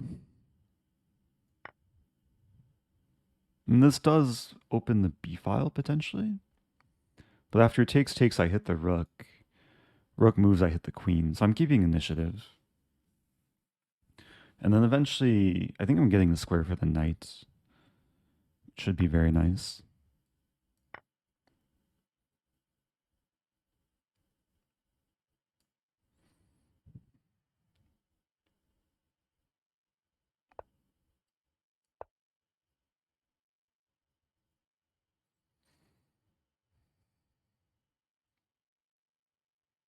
Wait, what's a sea cow? Oh, a hippopotamus is a seahorse. Wait, what? No, isn't a seahorse like a type of fish? Type of sea creature? But maybe like the root of hippopotamus means it combines like river and horse, right? Or water horse.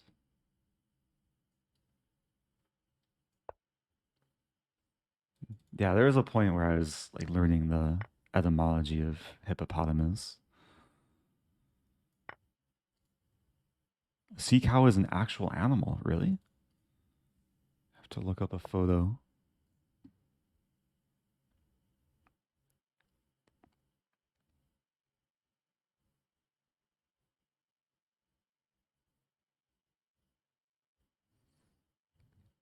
Okay, for now, let's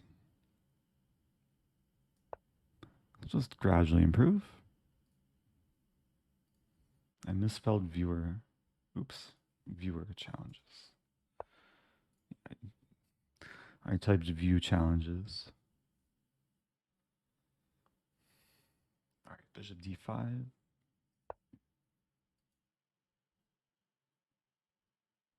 Oh, it's a manatee.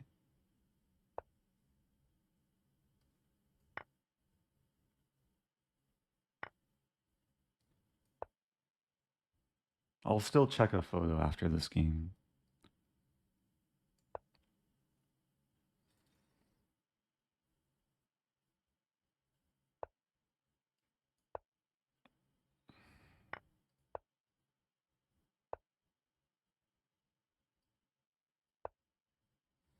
Okay, knight is doubly pinned. And triply attacked. A4 is coming.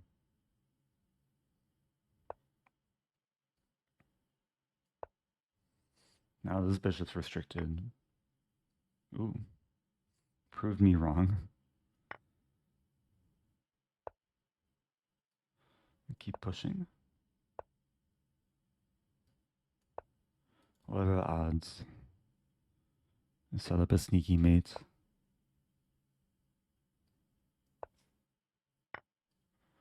Okay, sneaky mate accomplished. Seahorses are called hippocampus. Isn't that a part of the brain?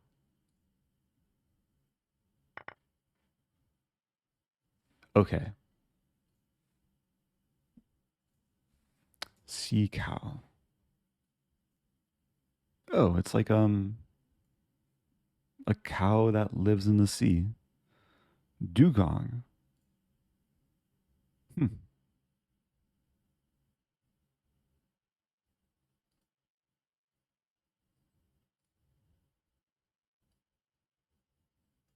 Oh, these look like friendly creatures.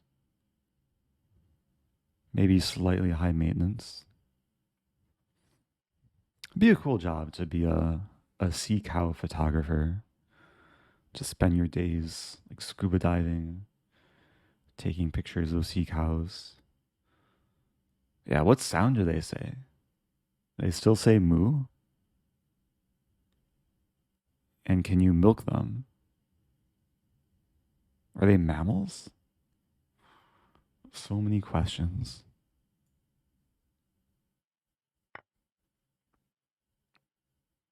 Anyway, yeah, it was an interesting game. I maybe like was potentially in trouble. I'm curious if the e-pawn was poisonous. Rage Hunter saying things. Hello, Rage Hunter. Bong Cloud. Haven't reached the point of bong clouding just yet. So this was the best move. I took with knight. Wait, takes with pawn. There's queen d5. Bishop f5. What is this? Takes. Here, here. Some crazy line where I sack a piece. But there's compensation. Okay, I'll do a few more. It's been hard to knock out these opening requests. What kind of odds would you need against a super GM to have a good chance of winning in, say, a 10-minute game? To have a good chance at winning. I guess define good chance. Maybe 10-5 would like level the playing field in a 10-minute game. If it's like online and no increments. If I get like minor piece odds, then I think I would have a pretty good chance. Pawn odds. Pawn odds would maybe also level the playing field. Might depend on the player too.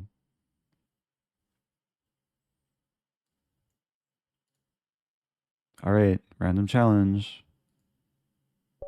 Oh, okay. This is how you get me to play a opening that you want. Playing Time Scramble. We have a forced Stafford Gambit. I have no choice, but I'm happy to go into this. Let's see how much my opponent has prepared. I do imagine they have to be pretty prepared, given that, yeah, they're forcing me to go into this. But they're still taking some time. F3, ooh. F3 is actually probably a fine move. Although in that position... Okay, let's try queen d4.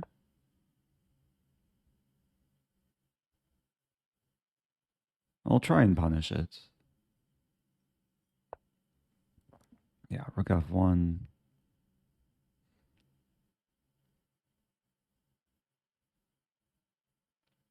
So maybe this. This. I would say objectively it's better for white.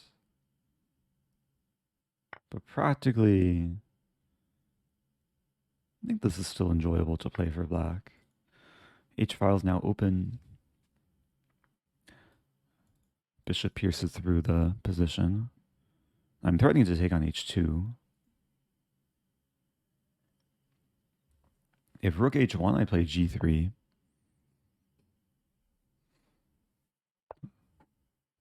And there's this move.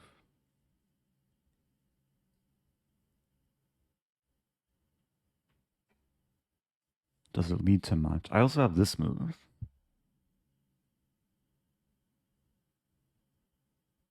There's also this move.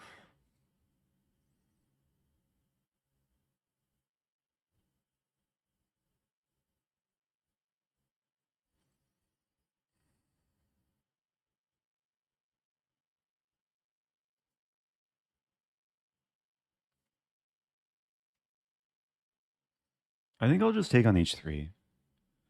It looks like a fun option.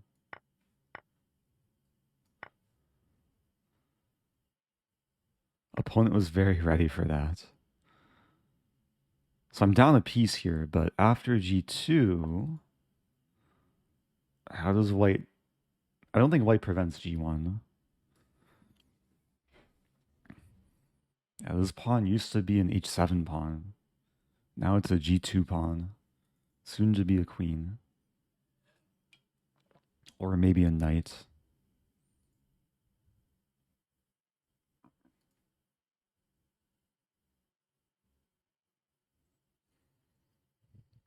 Yeah, all of white's pieces that are on the first rank haven't moved yet.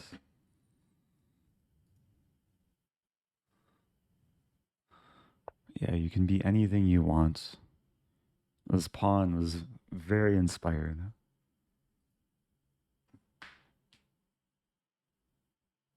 Alright, let's become a queen. A very short-lived queen. But this queen is long-living.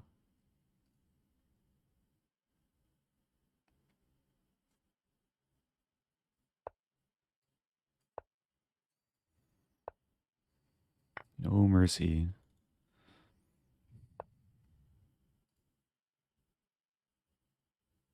That's not immediately checkmate. But I can win more things.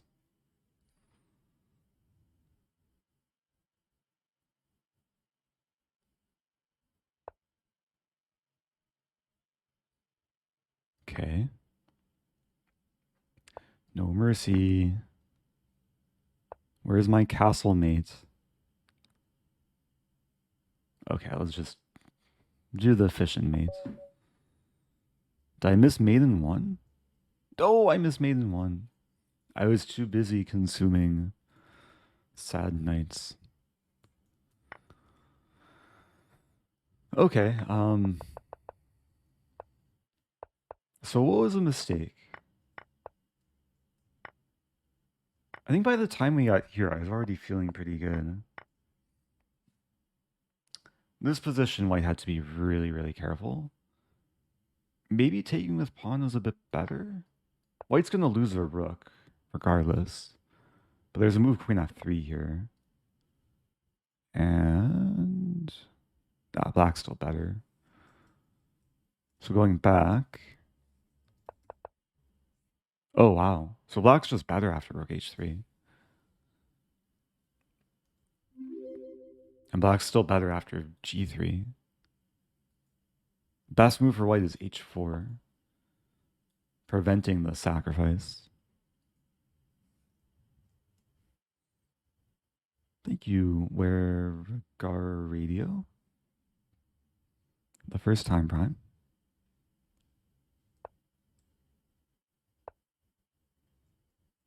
So going back, so f3 still keeps an advantage, but it's a weakening move that generally isn't always necessary. Yeah, c3 is what most people play. Preparing d4.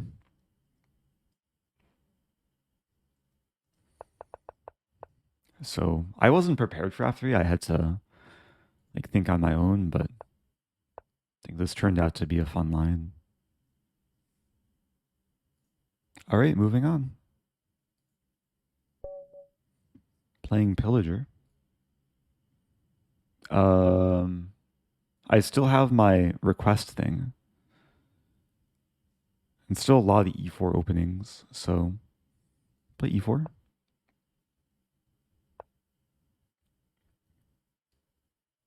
Oh, let's play an Irish. Okay, I'm playing the Irish Gambit. This is on the request list. It's like an early Halloween. So I just sacrificed a piece. But the goal is to kick around this knight. It might backfire. I'm playing like a decently high-rated player too from planet Earth.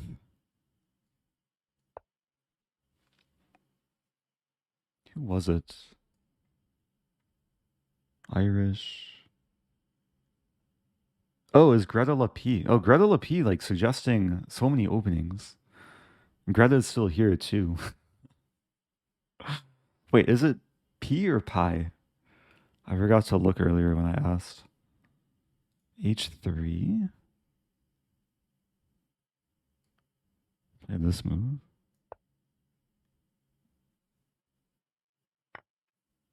Okay, we'll take with knight. I mean, I'm down a piece, but now this is a threat.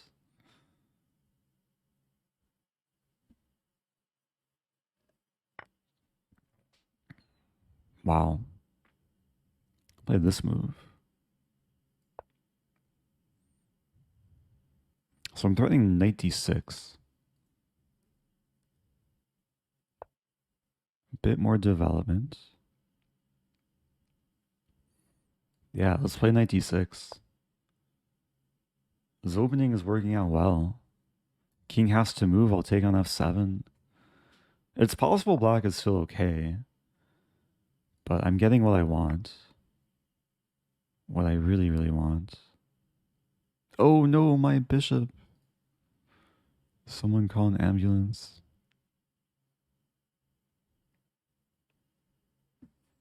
Maybe I should have played bishop e5 first.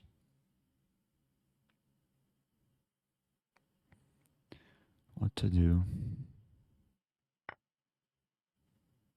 Yeah, the bishop was like just actually hanging. I can take the rook though.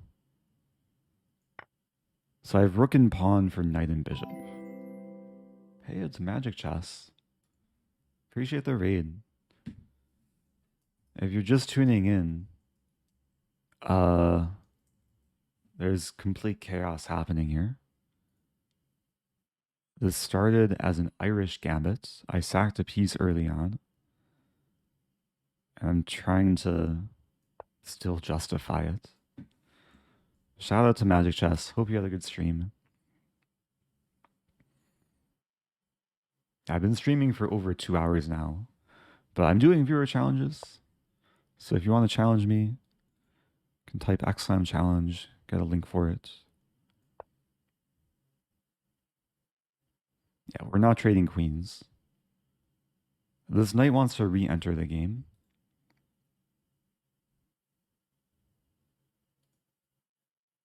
This king might enter the game. What's the chance of you picking my game? I have 28 pending challenges now. So I guess it's 1 in 28.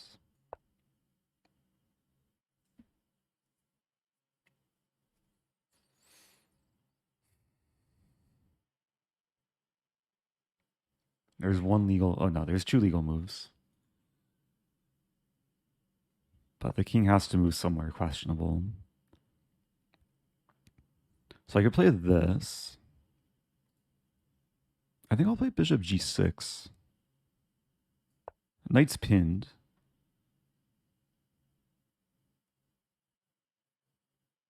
And bishop, yeah, bishop and knight cannot legally move. King is very stuck too. I'm threatening to take and win the queen.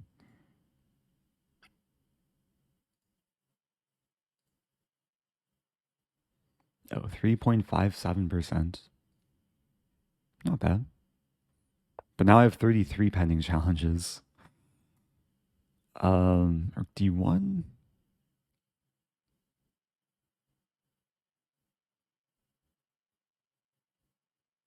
Wait a minute. This is made in 2.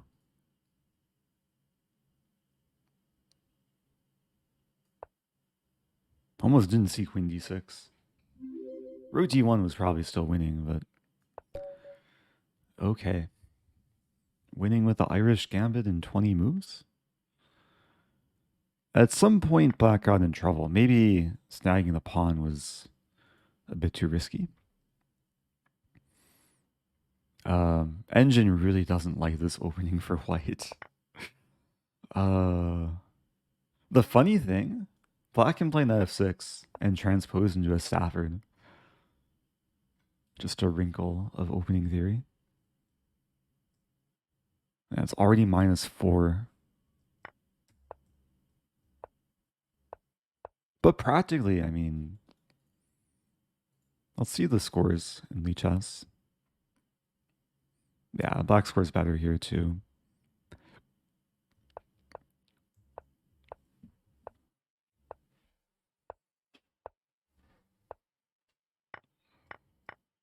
Wow.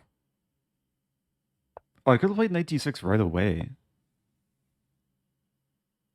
Oh, that would have been so much better. Because king d7... Wait, king d... What happens after king d7? Maybe I still take on f7. Oh, king d7, queen g4, queen f3. I played queen e2. Because I thought knight d6 is guaranteed. And then, okay, we both made a lot of mistakes.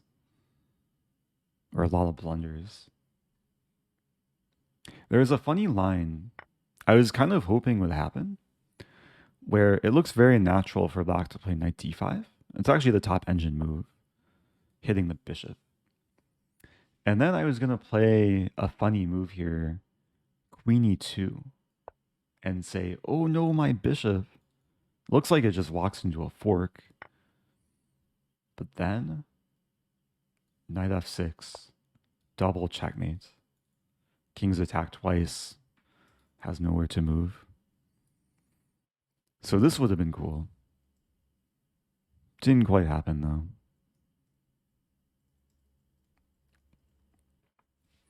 All right, now I have 40 pending challenges. 41, just to show. 40, 42 now. Okay, random challenge.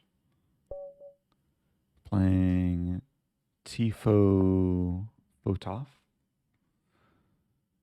Good luck to my opponent.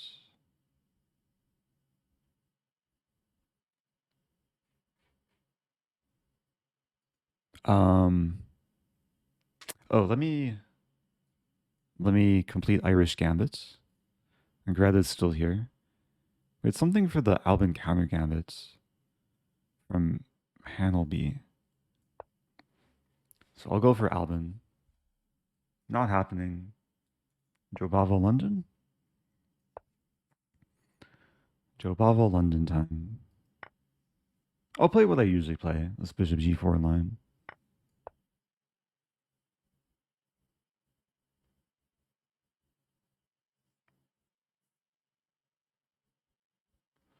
So hitting the queen.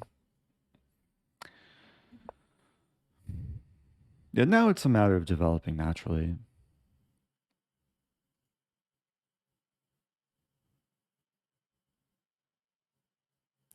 I remember playing Levy in a similar line. He somehow allowed like takes and takes. I mean, here I have the option of taking, which I think I'll play. And then e6.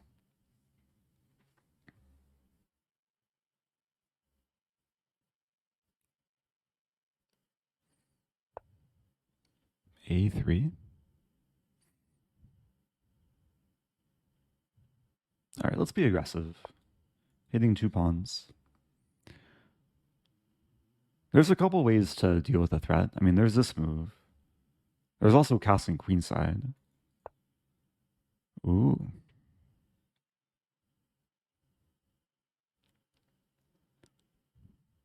I really want to attack, but it's not so simple.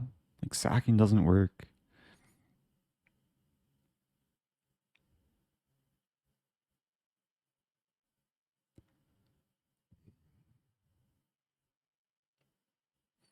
I'm thinking knight a5. I think I'll start with rook c8. This is like the most flexible move. I know my rook wants to be on the half open c file.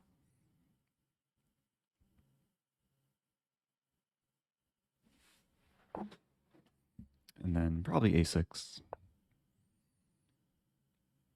I really don't mind if takes.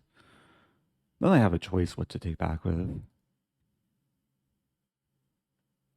There'd be arguments for like all 3 recaptures.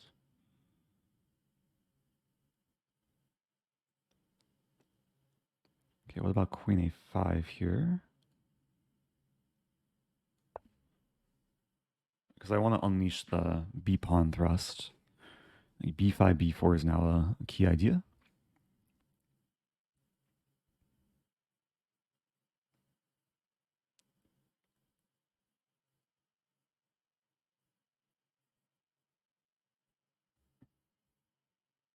Are there any gambits to play specifically against Jobava? Maybe? After the game, I can share maybe a few lines within my prep.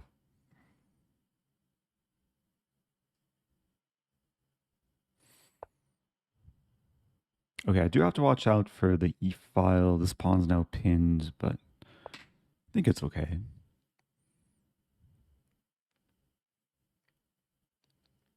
Knight also defends d5.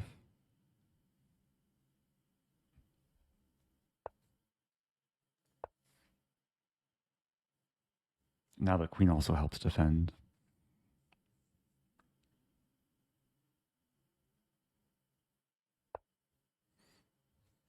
Okay, so here we're gonna probably see a Zwischenzug. Because after takes, I can take here first. I can also take here. This is maybe even stronger. I don't have to take on b2 right away. Leave the tension. Because I do have a pretty big threat here. Hint, hint. We traded queens, but essentially I've won a pawn. Pawn supported by the bishop. I can draw arrows. Maybe white has this move, some counterattack.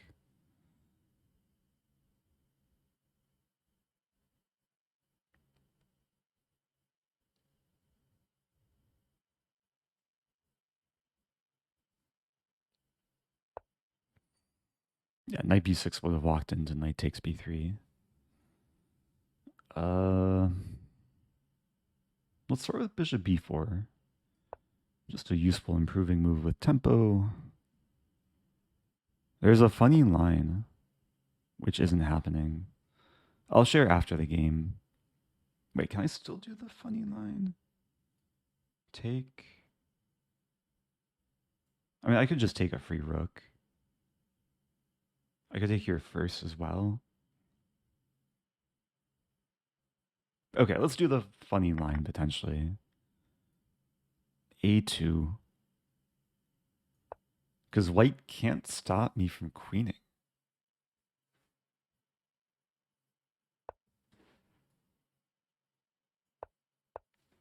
Now I win the rook with a queen.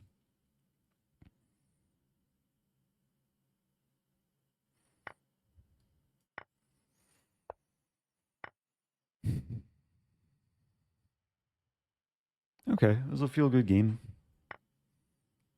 Can definitely share some pointers after this game.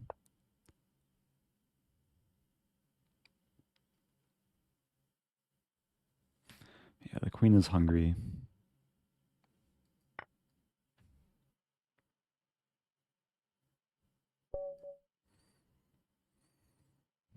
So there was... What was I calculating? Well, I played bishop b4. Yeah, I was calculating bishop d2, after which takes a2. And again, the pawn just can't be stopped. The king doesn't have the d2 square. Rook a3, I take it. Then going back. So if you're white here, there's actually a cool trap against this bishop g4 line. It's not so common. Like, bishop g4 is only played 13% of the time within this variation. But probably the line I would recommend is bishop e2. Because after bishop takes e2, queen takes e2. Knight c6 is played a significant amount of the time. Knight c6 is a blunder due to knight b5. And it's a cool concept where it's similar to most cases. You want to play knight c7, but you're also threatening knight d6. So queen pins e-pawn. Meow.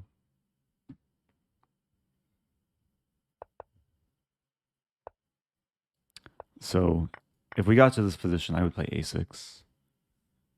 But e6, is this also playable? Oh, e6 still knight b5. Essentially forcing knight a6. And this is probably a good scenario to have as white. Okay, I'm going to do one more game. Because I'm getting kind of hungry for something other than free material. So, good luck to TedyBoi. All right, here we go. Can I knock out another opening request? Any E4 openings? Roy Lopez. Okay. Can we get a Roy Lopez? No. Are we gonna get a Stafford? Ah, Stafford Gambit time. Psych. Halloween Gambit time. Okay, it's similar to the Irish Gambit I played earlier. This is a little bit more well known. Coming from a not so common move order. Like King's Pawn. Oh! Opponent still really wants a Stafford. I mean, I have to go into it, right? I think. Okay, Stafford Gambit. So, there's actually a lot of ways to go wrong here as white. I'll play... Is there any, like, crazy moves to play? Queen e2, I think, is a move. h3 is, like, the simplest approach. Man, there's so many plot twists within those first few moves. The bishop e6. Opponent's playing how I would probably usually play. I'll play d3.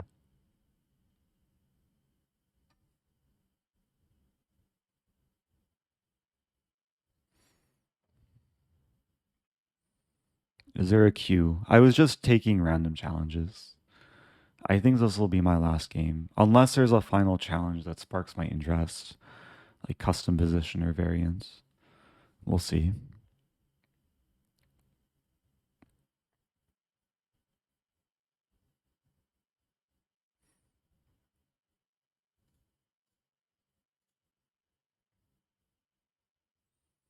Yeah, the goal here, and hopefully I can keep this instructive for people that don't know what to do against a Stafford. But the simple approach is to usually castle queenside. And with h5, the pawn cannot move backwards. Thank you, Pico Ampere. Another first time prime. Appreciate all the first time primes throughout the stream. All right, queen d2. Have to be careful.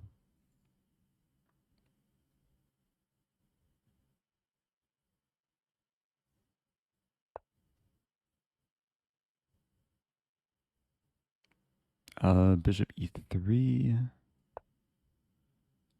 Looks like we'll trade a little bit.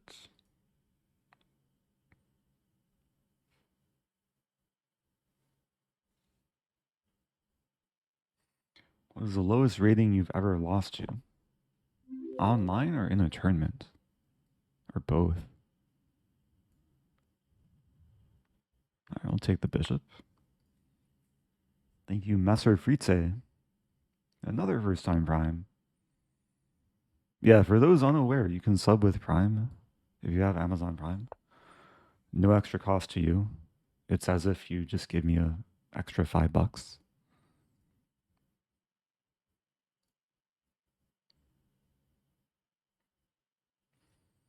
Try normal chess, but you can only capture to the left of the piece. Trying to understand that. What if you capture head on? I guess pawns can't capture head on though.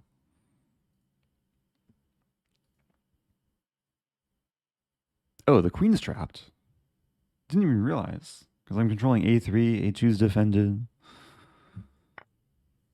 Wow, knight takes e4. That's probably like the best try.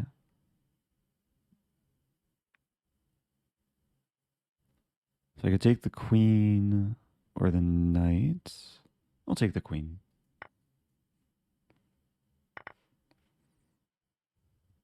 Yeah, I thought I was going to be winning a full queen, but I'm still up 2 pieces. No mercy. Jimmy Page asking if I was a fan of Searching for Bobby Fischer. Yeah, that's one of my favorite movies. I've probably watched it like a dozen times over the last 2 decades. Good game to TedyBoi. Yeah, queen takes e5 still offers black some fighting chances.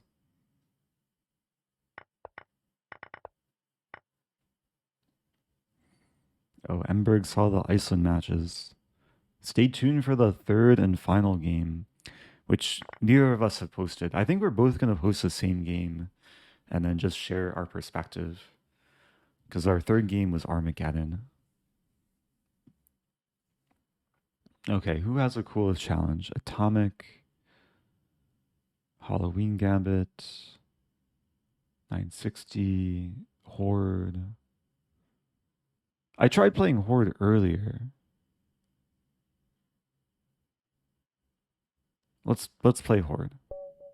Okay. Oh, opponent's high rated. Oh dear. They probably know some strategy. So Horde is a chess variant. Black's goal is to win all the pawns. My goal is to checkmate. So I don't even know the strategy here. Don't want to surrender pawns too easily.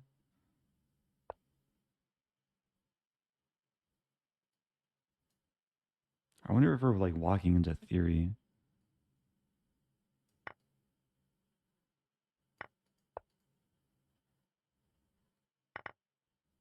I've never taken the time to study the theory here. I feel like I've already gone wrong. But let's just keep pushing pawns. Pretty much have to keep pushing pawns for the remainder of the game.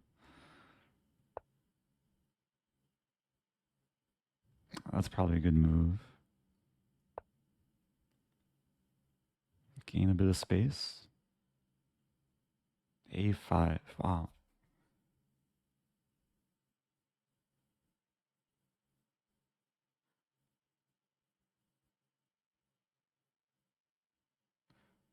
I think I'm already in a lot of trouble. I have no time to think either. Let's just push the center pawns.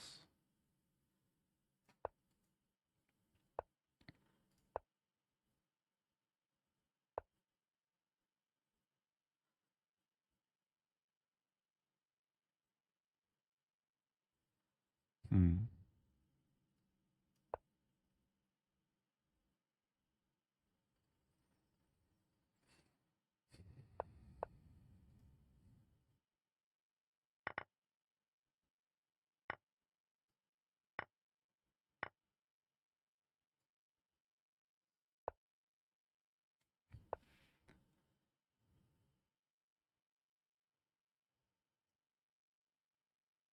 I don't know what to do here.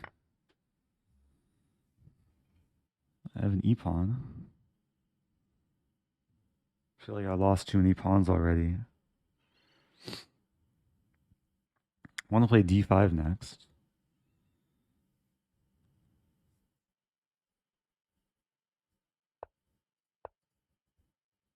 Uh-oh. That's not good.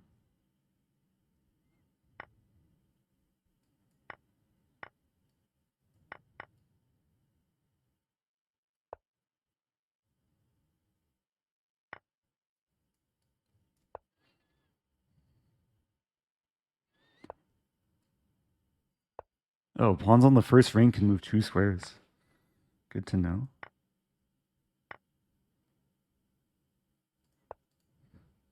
I didn't want to allow the queen to come in. I'm probably already lost.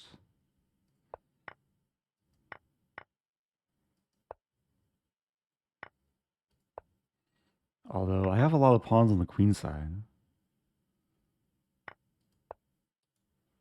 Can I keep advancing?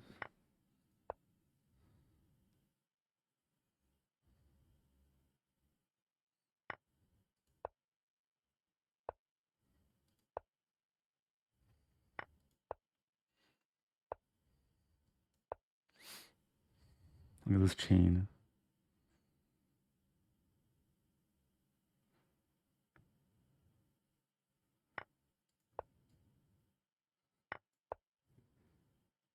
Look at this chain.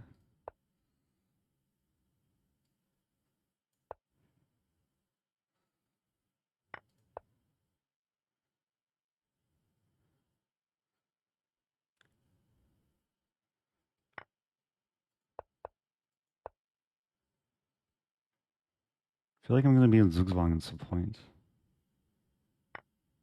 Oops. Oh no, my pawns.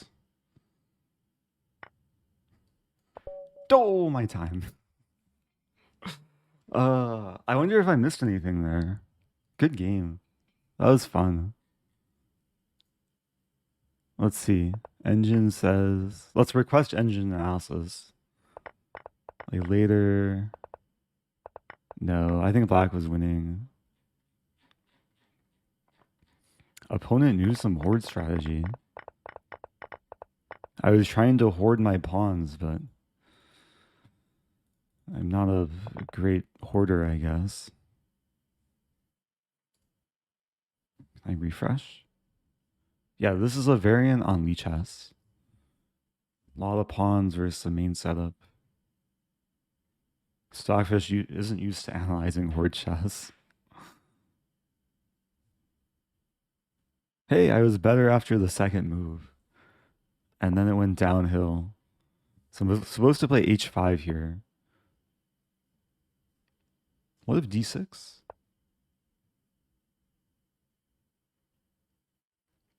cd6, cd6, here. So white's better according to the engine in the beginning. h5 is theory. Good to know. Yeah, there was a point here though. Queen h4 was inaccurate. Oh, I had a chance to play d5. Ah. Yeah, it's actually a very complex game. Oops. Like there's a lot of nuances between which pawn move is the best. Okay, I'm ending it there. It's time to have dinner maybe? Or get some fresh air? Thanks again everyone for tuning in. It was a fun stream. Was that the only game I lost this stream? That was my one loss. Ending it on a loss.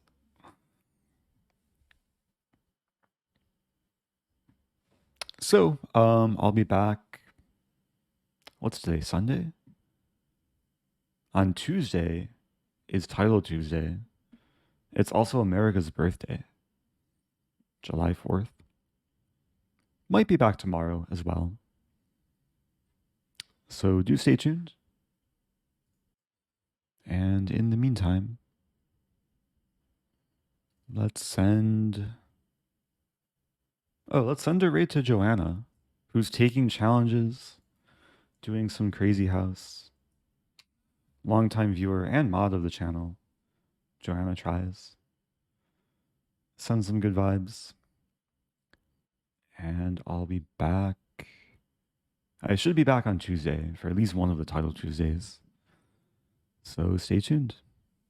Adios.